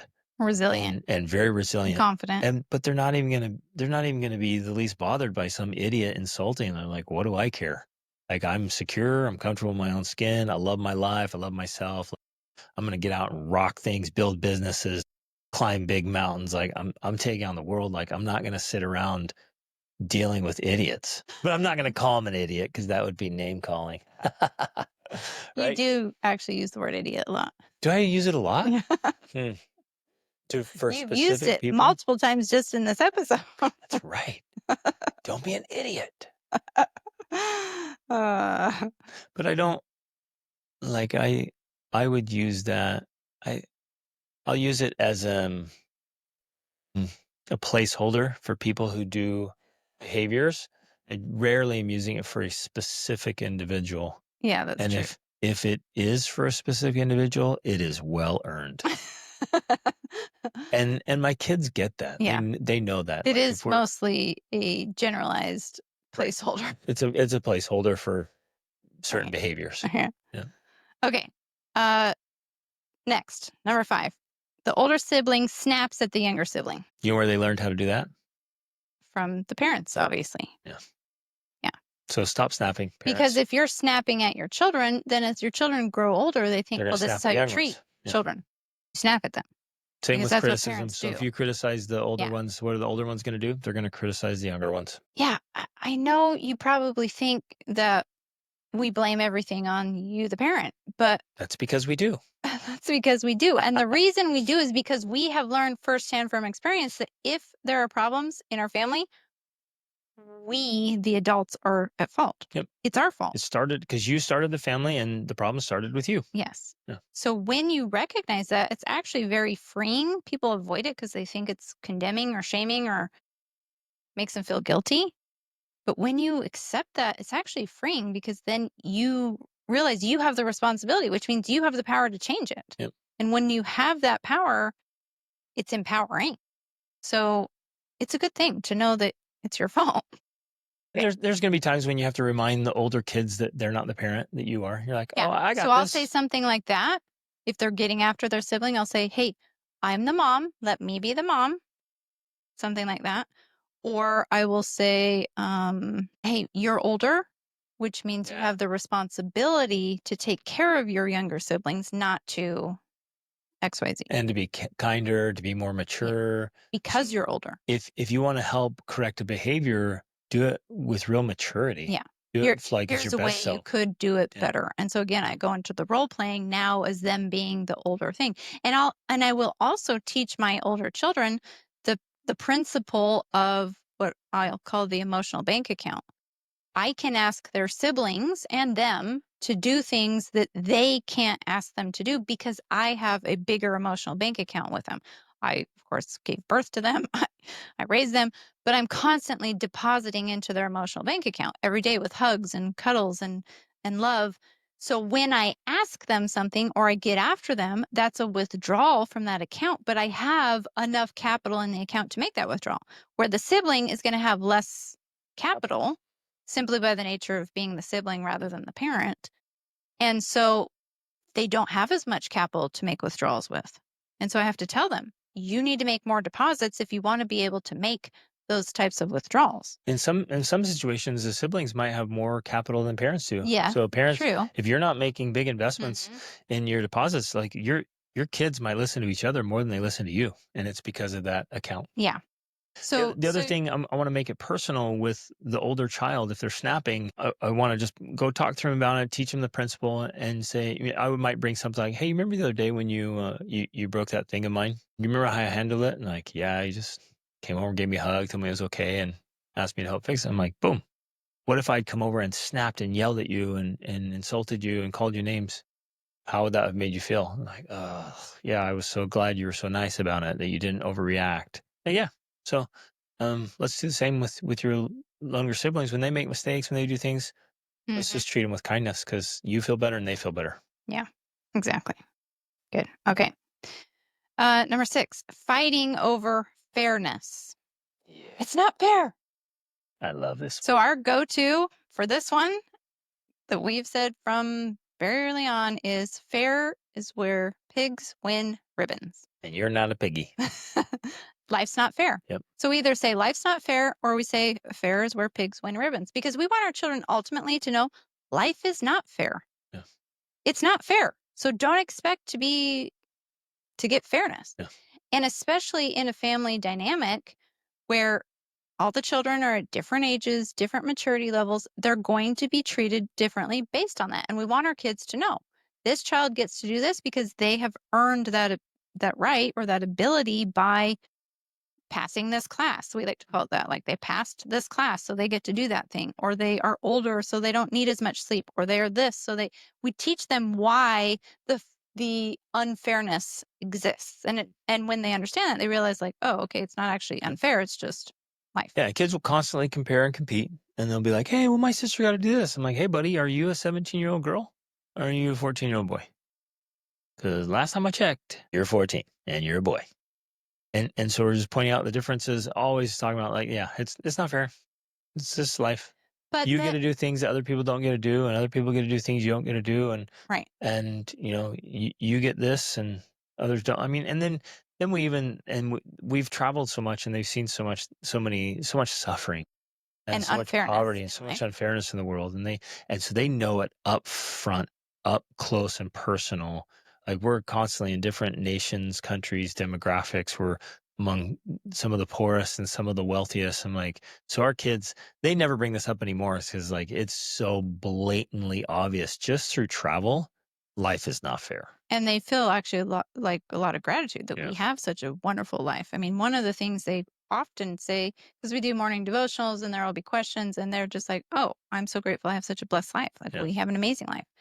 But I also don't want to be misunderstood because we do practice fairness in our life as far as say like food is concerned or different things like if we make some food, we all try to make an effort to make sure everybody gets some. Yep. We don't just then say, oh, too bad, life's not fair, you missed out. If someone feels that missed out on the food, we feel bad, or and then people will share with them, oh, I still have some left, here, have some of mine.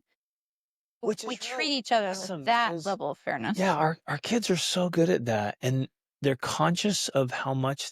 Well, because we really started teaching it early on, because let's say, you got a teenage boy and he goes over and he sees you cooked a whole pot of food for the whole family. And he wants to He eat half doesn't of it. he doesn't think there's 9 people that gotta eat this. He walks over, he's like, "Bro, Filling my plate. I'm honestly hungry." And he takes the whole thing. And he's like, just picking out, right? And it's not that he's bad or selfish. He just doesn't think. And so we go, "You're so selfish. What's wrong with you?" And he's like, it never even crosses his mind he's being selfish. He's Yeah. just hungry. Mm-hmm. So you teach those principles, and I would do that before. And we have retreats and we have big events, and I always remind people, hey, remember everybody, there's a lot of food here, but there are 30 people. So look at Yes. what's available, and remember, like 30 people have to have this. So you can't take- take 7 rolls because there's only 30. Everyone gets one. Yeah. So you're just teaching these young Right. men usually Mhm. how to like, oh yeah, this has to be divided, 30 Yeah. ways or 7 ways or whatever. And that has happened a few times in our family where someone ate all the stuff, and then we bring it up enough, not to shame or guilt, but just like, oh, so and so missed out, mom missed out, or the little one missed out because everyone ate it. And that's enough that, the next time around, people are, oh, let's make sure, save this plate for mom, or save this for the little girl, or save this for dad. And the way we modeled this, me specifically, is I would go last. And very, very often in our life, there was nothing left for me. Mm-hmm. And I didn't say a word. I didn't complain. I just went without or I grabbed something else. And all of the kids notice. Mm-hmm. Like, wow, dad didn't get any. And then they want to make sure anything that next time you get some, because they're like, dad didn't get some last time. Even Save if some I for make dad. the whole meal, I make the whole meal and then everyone eats. And I'm like, oh, there wasn't any left. And some of the kids would be like, oh, I got a couple bites left. And I'm like, great, I'll have that. And I have a couple bites. I'm like, dang, that was delicious. Great. Mm-hmm. And they're sitting there thinking, man, he made it and he didn't even get any. But I don't complain. I don't guilt trip them, nothing. Dads need to be able to serve more and need less. Mm-hmm. And we need to be able to lead the way. So my kids, that's the other key with the fairness thing. My kids have never heard us talk about unfairness. And in fact, they've always watched me carry more than my share. And take less. Yep. I've always done more and needed less. And they've seen that their whole lives, where I will grind and push and serve and suffer and sacrifice with a smile on my face, not a word of complaint. So none of my kids can be like, that's just not fair. Why do I have to carry more? Because I don't think you've ever said that. Never. Ever. It's never come out of my mouth. Because, I grew up when I was 16, 17, I was out on my own. You're Life's never not going to fair. hear me like talking about, I want more. It's not fair. Woe is me. So now, like we're out hiking or something. And one of the participants is struggling. My boys look over and like, hey, let me carry your pack too. And I'll see my boys walk past smiling, laughing, joking, and they've got 3 packs on. Mm-hmm. And they're just rocking it. Yeah. And they're never like, well, it's not fair. Why do I have to carry more? Why do I have to do more? They're like, hey, how can I serve? Who can I help here? How can I do more and need less? And so now my boys are at the back of the line like, no, I'll eat later. You guys eat all you want. If there's some left over, I'll grab something. Mm-hmm. So lead by example. Yes. Okay, good. Next one. 7, physical aggression, hitting or biting or violence. This is another one of those that we hold a very firm line on. Yep. And I think the best way to do this is when they're small. So when they were small, one, we don't hit them. That's when it starts. It's the biting and the hitting when they're little. And when they did it with firmness, we just let them know that that was not acceptable. Yeah. We did not let it fly. I see too many parents who their little kids will be hitting and they don't say or do anything about it. They just think, oh, that's how kids are. Or super soft, like don't hit, don't bite. No. Yeah. When they're little and they're doing that, I let them know they've crossed a line and that's unacceptable. Yep. And if necessary, I will take them and hold them in a timeout so that they know if they do that kind of thing, there are going to be consequences. And because we did it when they were small, they don't do it. None of our kids hit unless we're in the gym doing Krav Maga. Then they love to hit each other. They hit each other. But all of that's in intentional, fun, play, practice, training. Yeah. So very firmly in the very beginning, like, hey, nope, we do not do that. Do not cross that line. And because we're so loving and gentle and affectionate all the time, when I speak like that with any of my kids, voice. I'm like, don't you ever don't you ever do that again. They know That you're is serious. unacceptable. And they're like, holy crap, I That just is crossed the serious. line. I'm not doing it. And so it put a stop to it, and it's done. So we have zero hitting, scratching, punching, biting.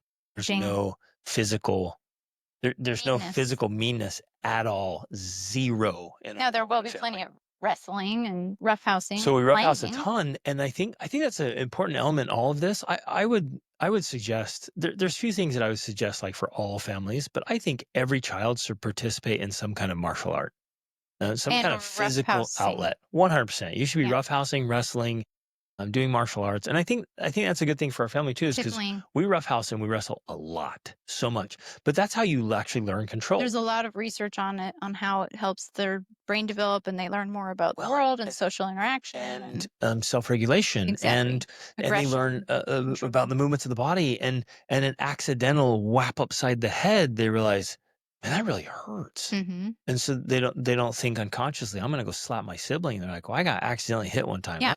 Right. That rocked me. So like, the I'm not doing that. roughhousing actually reduces Gives them context. the physical aggression. So kids who They have aren't getting a lot of the roughhousing are probably going to be more physically aggressive with their siblings. Exactly. But if you got a kid like hitting a boxing bag every day, and going to jiu-jitsu or Krav Maga or even gymnastics, maybe. Gymnastics, yeah, you have a physical outlet, so you're just getting that out. You're moving your body. It feels good. You don't have this need to like, gosh, I just want to punch something. It's like, I went 3 times this week and punched until I was exhausted. Right. Like, I'm spent. I don't need to hit anything. Yeah. And now if you do have older children who haven't learned this younger on, then I would definitely do some serious intervention on this. Take the same approach with the name calling and insulting and say, I am sorry. I should have never. And I would do this not in the moment. I would like do a special talk about it or a discussion. In this case, like this would be one of those things where I'd be like, I should have never allowed you to learn that was okay. I should have never done it. If you've done it in the past, it's not acceptable. And I'm going to change it. And there will be serious consequences. If they're old enough, I would have them help you come up with the consequences. 100%. That's what I was just thinking. Do you think we need to have for this? So when they're calm, when they're in a really good state, and you're talking about who you want to be, and they're like, yeah, this is amazing. If you learn how to ask good questions and have good conversations, your kids, they get it. And they themselves will say, yeah, I feel so bad for hitting my sibling, and it makes me feel terrible. I do not want to do that. And so then you say, well, okay, what's going to be the consequence? They might come up with a consequence that maybe you think is, I don't know, but for them, maybe it's like, I have to go weed the garden if I do it. And that's something they hate. And you're like, okay, great. That can be your consequence or whatever. Yeah. Let them come up with something they really hate, or who knows what they come up with. I mean, my mind's kind of running here. It's like, well, buddy, if you used your right hand to hit your brother, like, I'm going to duct tape your hand to your body. And they might think, oh, for the next 24 hours, for real, like legit, I'm dead serious. I want you to remember, like, you don't use your hands for that stuff. And so I might do it. And like, you duct tape them up, and they're like, well, how am I supposed to wipe? I'm like, figure it out. Well, figure it out. With a boy, though, actually, it would be a consequence that they would enjoy, but not necessarily that that's a bad thing. Because they would say, if it happened, they'd be like, okay, I'm going to take this. And I'm going to think about it. And now I'm going to be reminded. Take a shower. And, well, I'm going to duct tape it to their skin. So when you tear it off, it's like, oh, yeah. And they're like, gosh. Because that whole time they're thinking, man, I should never use my hands for violence. I should never use my hands for inappropriate, the misappropriate use of violence, or for hitting my siblings. That's not cool. Or throw them in handcuffs. Again, that's one of the things. Oh yeah, handcuffs would be a great. We actually have handcuffs for training, and that would be a great thing. But you help them come up with ideas, or at least list some options, and be like, okay, if you hit, let's agree. And you could even, depending on the age and whatever, have a piece of paper where they sign it. You hang it up. If I hit, I get in handcuffs. Yep. Or whatever the thing is. Whatever they come. We're going to take that clip, and it's going to be out of context. Not let them come up with something. It's not cranky. Yeah, it's not cruel and unusual punishment. It's not weird stuff. It's like we're natural consequences that they usually come up with. Like, joy that would, in a way, right? Or well, they would opt the in. lesson, the point is not punishment. The point is correction. You're Yeah, correcting the behavior, and the point is that the lesson hits home. right. So if they come up with something like, yeah, I'm driving home the lesson.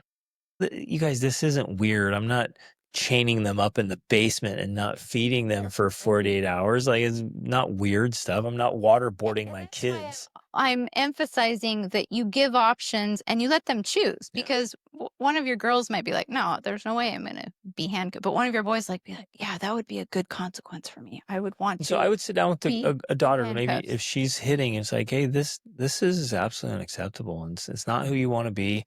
You need to come up with a natural consequence, and one this has to stop. It needs to be painful It enough to you that exactly. it's a motivator. You need to come up with a severe consequence that, I mean, it hits, and you come up with it. We'll sign a document, and I'll help stick to it. We're not doing this anymore. And you know, if the desire there is to change and they come up with something and then they hit, it's like, we're following through on that. You said you'd miss out on this big thing you wanted to go to. You had a big birthday party or something that was really important to you. Like, hey, you Yeah, crossed the we have to line. stick to You've the got to consequence. hold yourself accountable. Yeah. This is on you, because this is unacceptable. Right. Because it is. It's a big deal. And that's another one of the things that will totally change the culture of your family when you eliminate Yeah. something like that. Now, I have This to, is, well, I want to I'm go. laughing. I'm laughing, and I have to just say this out loud because Okay. I want to clarify that when I said we have handcuffs for training, it's not for training our children. We hold retreat events here that are, we call them asset trainings to help you become an asset, to protect yourself and others. And it includes handcuffs. Yeah. I'm not giving more details Yeah. because that destroys the training, Yeah. but that's just what that's about. At the risk of being misunderstood here and you thinking I'm crazy, I want to share something. If you don't already. Yeah, you probably do, but this one's gonna push you over the edge. One of the things that's brought me so much of my success in life and going from where I was to where I am to where I'm going, and it's kept me out of so much trouble when trouble was everywhere. I was surrounded by it, offered it all the time. Is Sex, drugs, Yeah, alcohol. violence, crime, it was all there and offered regularly. I could have gotten into any Could have amount lived of that life. garbage. I could have been deep in that for free, and like, I could have been just an absolute mess. But I got, the first thing I did is I got crystal clear about who I wanted to be and how I wanted to do life. And so once I had that clarity, I was like, okay, well, this doesn't fit. Like, this behavior doesn't fit anywhere in my life. This is how I've kept myself from addiction, any kind of addiction, screen addiction, porn addiction, drugs, alcohol, any kind of addiction. Because addiction is just, you become a slave. It takes over your life and it wrecks your life. So I'm like, I realized that early on, especially when I saw it. I'm like, I was, as a teen, I was surrounded by people who lived in addiction and they were slaves to it. It ruined their lives. And I saw that every day. And I hated living in those rough, terrible neighborhoods and seeing people suffer. And I'm like, I'm not staying here.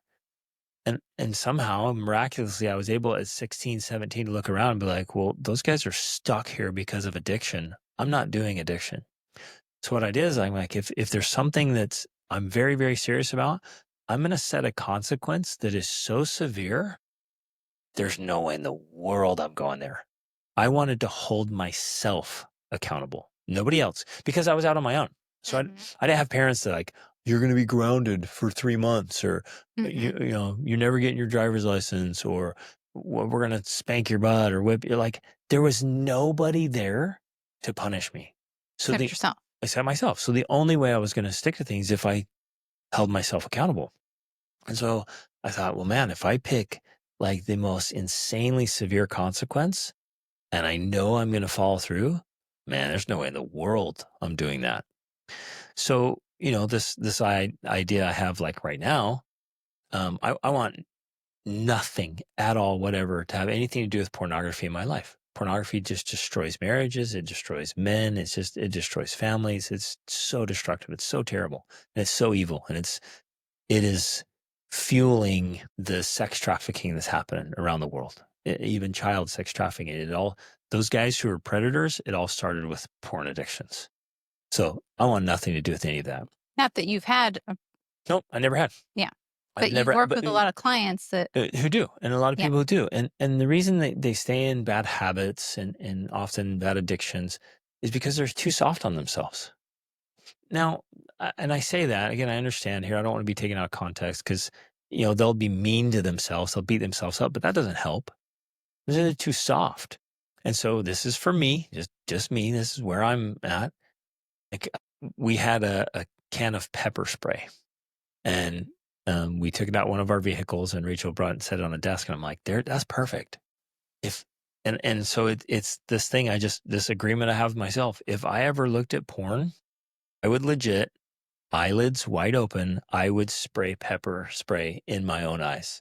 I would find like bear spray. I get the most potent. It's not lethal. It's not going to, it's not make me go blind. It's not going to permanently injure me. I would spray myself in the face with pepper spray. I would do it. You're not suggesting this for child training. No, not at all. This has nothing to do with this episode. This is just a tangent. But it's something, and maybe not even for, I don't know.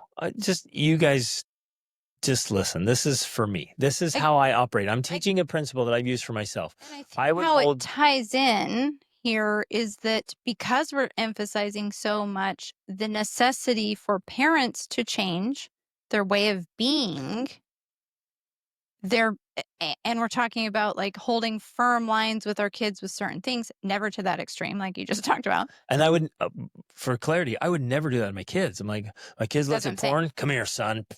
Right in the face. Like, no, I would never do that. Right.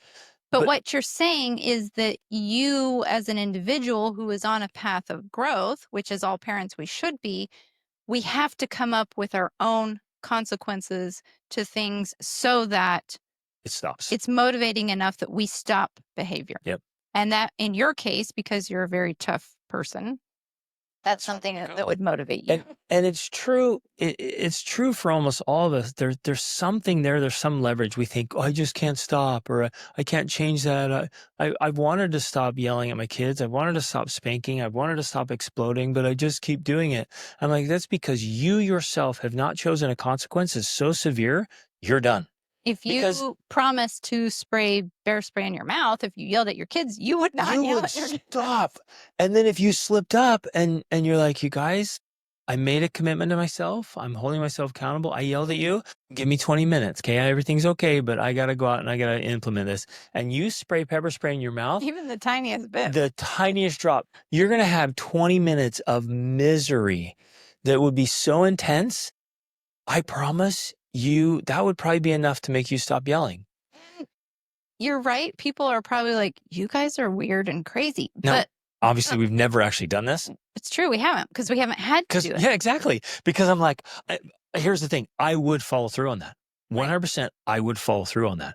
And because of that, I've never looked at porn. Right. Like, no way. Yeah. And again, you have to use leverage. Like, people are like, well, I can't get out of bed. Well, what if somebody offered you $1 million? Could you get out of bed at 5 a.m. every day for the next year for $1 million? Yeah, of course I could. Right. Exactly.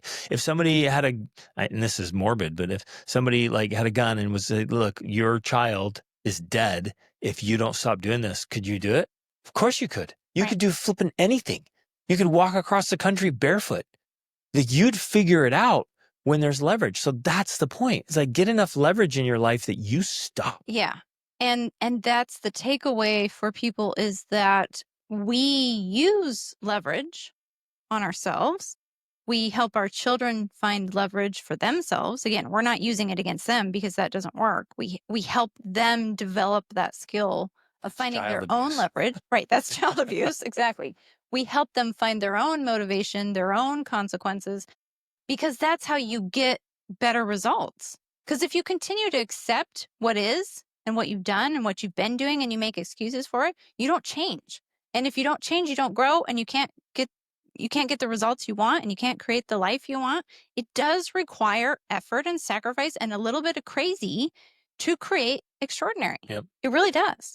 And so, yeah, I that's an important point, especially as we talk about not only helping our children do some of these things, but most importantly, helping ourselves. No, we lead because as we talk through these things and you're like, well, I don't know how to ever stop yelling, or I don't know how to ever stop hitting my kids, or I don't know how to ever stop whatever, fill in the blank. We're saying, yeah, you can find a way if you use enough leverage. But most people aren't willing to do that. They would rather live with the discomfort of their current existence. Chronic and perpetually, like they keep their problem. Right. And nothing gets better because they don't change. So they're not willing. maybe Make those a of you change. listening, you need to increase the leverage a little bit to where like you hold yourself accountable. You don't need anybody else to do it for you. There's not enough police and military in the world to keep everybody in check. But you say, well, what are your temptations? What are your problems? What's holding your family back? Put a little leverage there and stop. Mm-hmm. And if you stop, you're showing your kids that it can be done. Exactly. So powerful. Okay. Number 8, blaming each How other. many of these are there? We might have to stop because there's 10, but blaming each other. It was his fault. For us, we don't do blame. Yeah. We focus on Ownership. individual responsibility, Yeah. ownership. So when we go into a situation where, there's potential for blame, something happened, we go in and we simply say, and this might be one of the situations we could ask a question, but it might be one of the things where we make statements of like, well, you did this to contribute and you did that to contribute. And if I don't know, I might say, well, what did you do to contribute to it? How did you make this situation worse? Because every situation nobody's innocent. Like there's very few innocent people. Sometimes there is. And even if it were, you could still say, well, how can you choose to respond? Because you're not a victim here. We're in our family, we're very adamant about this. We teach it all the time. It's like there's no victimism. You're not playing the victim. And even if somebody does something to you, you still get to choose how you respond. Right. And so let's just take And that's true for here. everything in life, even trauma, tragedy. Even if you are actually a victim, ultimately you have the ability to choose how to restructure that in your mind and how you're going to use it for your benefit throughout your life, as opposed to being an endless victim to it. So powerful. Love it. Yeah. And again, but if they hear you blaming all the time, making excuses, blaming circumstances, blaming other people, they're gonna jump right on board. Yeah. But so if we teach them to take responsibility, even if they're 1% guilty, right? They've made a small contribution. We're like, okay, well, that's the 1%, or you could do better next time. And you still get to choose because nobody can make you feel anything. Right. Okay. Jealousy and competition.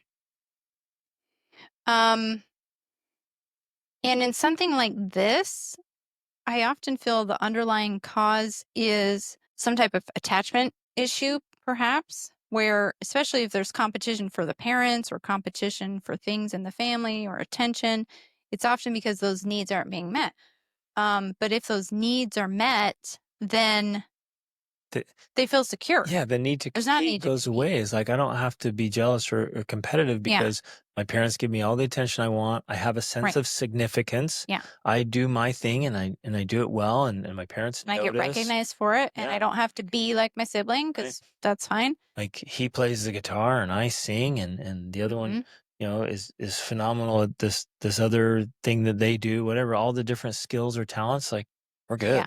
I mean, I'm honestly racking my brain here, and I can't think of an example of when our children have been jealous or competitive. Mostly because you and I started studying human needs early on, really early on, and we wanted to make sure that our kids all had those things addressed. So they each get lots of individual attention. They each get recognized for what they're doing. Well, and within this, I just want to add this: if they feel even a little bit that they're not getting enough attention, we automatically, immediately almost start giving them more attention to resolve that. So if they say something like, oh, well, you're not listening to me, or, but you didn't spend time with me, I'm like, oh, okay, let me do that. Let me rectify that now. Yep.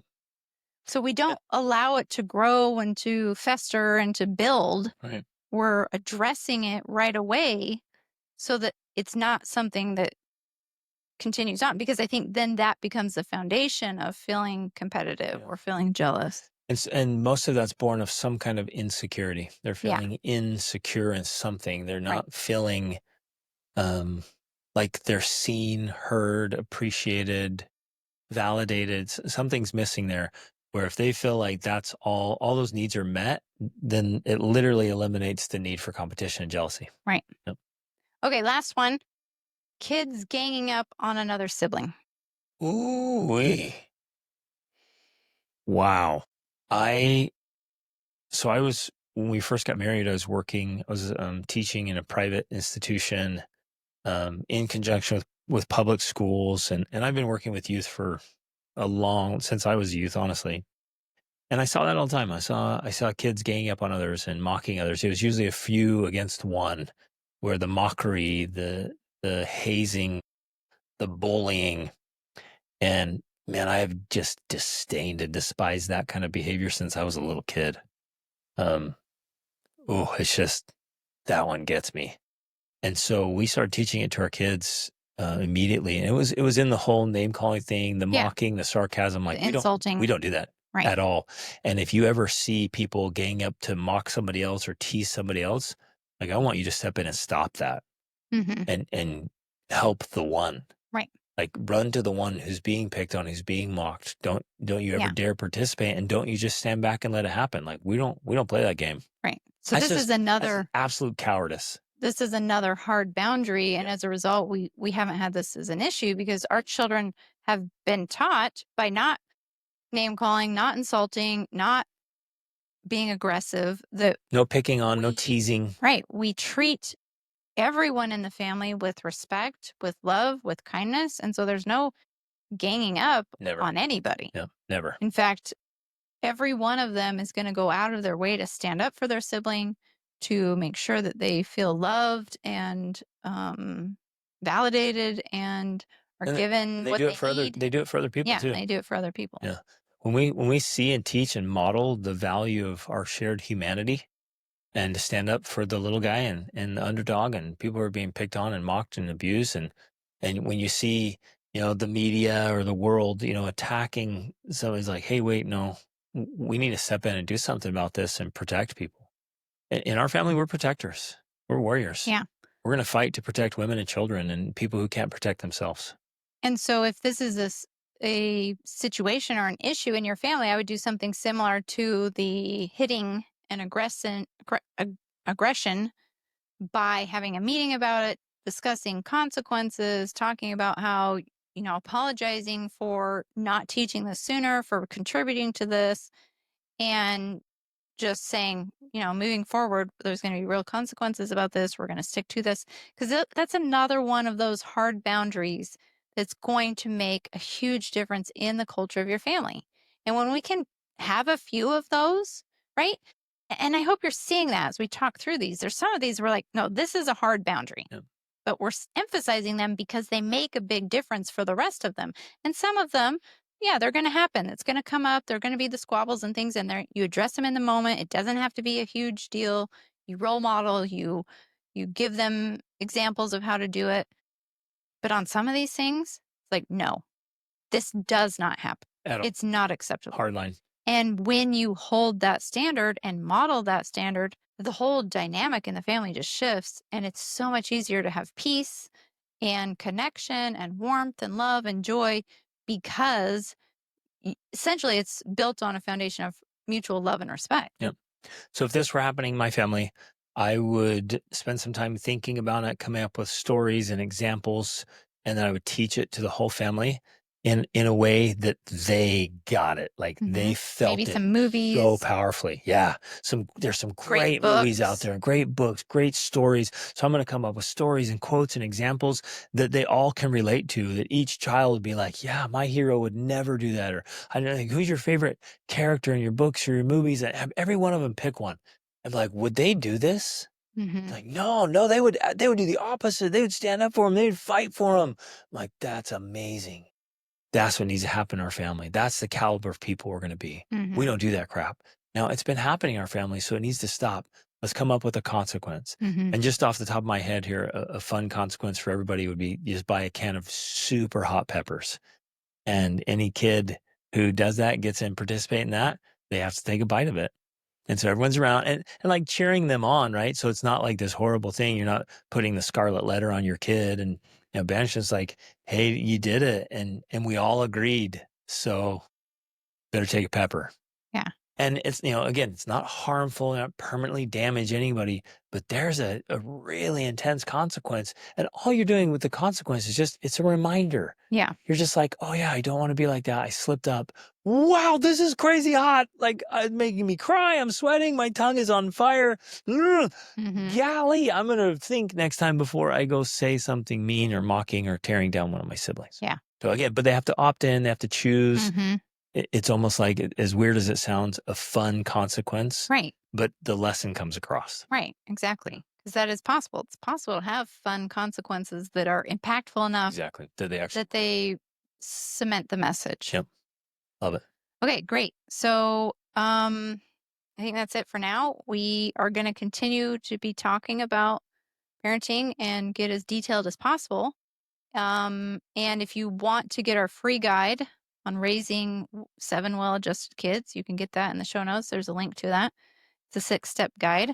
And every one of you parents should get in the Extraordinary Parent Mentoring Method. Yes. It into is the absolutely world-class. correct cohort, because we're going to have it by cohorts according to ages of children so that we can more specifically address the challenges of, so like in this scenario, we would talk specifically about your different age groups and be like, okay, this is how you handle it with a 5-year-old, a 6-year-old, a 7-year-old, so that it's even more specific, tailored information and content and resources. And just so you guys know, listening, like Rachel and I, our goal is to make the best parenting course out there, period. On the planet. And we have the results to back it up. We have a big family. So a lot of other, parenting coaches have 1 or 2 kids or whatever, or they have, mediocre results or who knows, whatever. But we have a big family.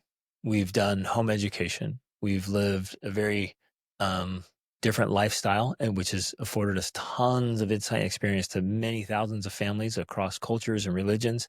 Well, we're bringing and we've read thousands of books. Yeah, and it proves that the strategies that we use don't just work because we live in one house and never go anywhere and never interact with anyone. Or because we're lucky, or Yeah. we got, the lottery on kids. We've had to use it around the globe in 60 countries, and it works because it's the underlying principles that are the foundation there, not just certain tricks and techniques. Love it. So thanks for listening. If you know somebody who could use this episode, share it with them. In fact, I guarantee you know somebody who could use this episode. So go ahead. Including your spouse. And share it with them. Grab a link and leave us a review if you liked it, and share this, and let's help parents and families. Let's strengthen families and help families build their own unique, extraordinary family life. Love you guys. Reach upward.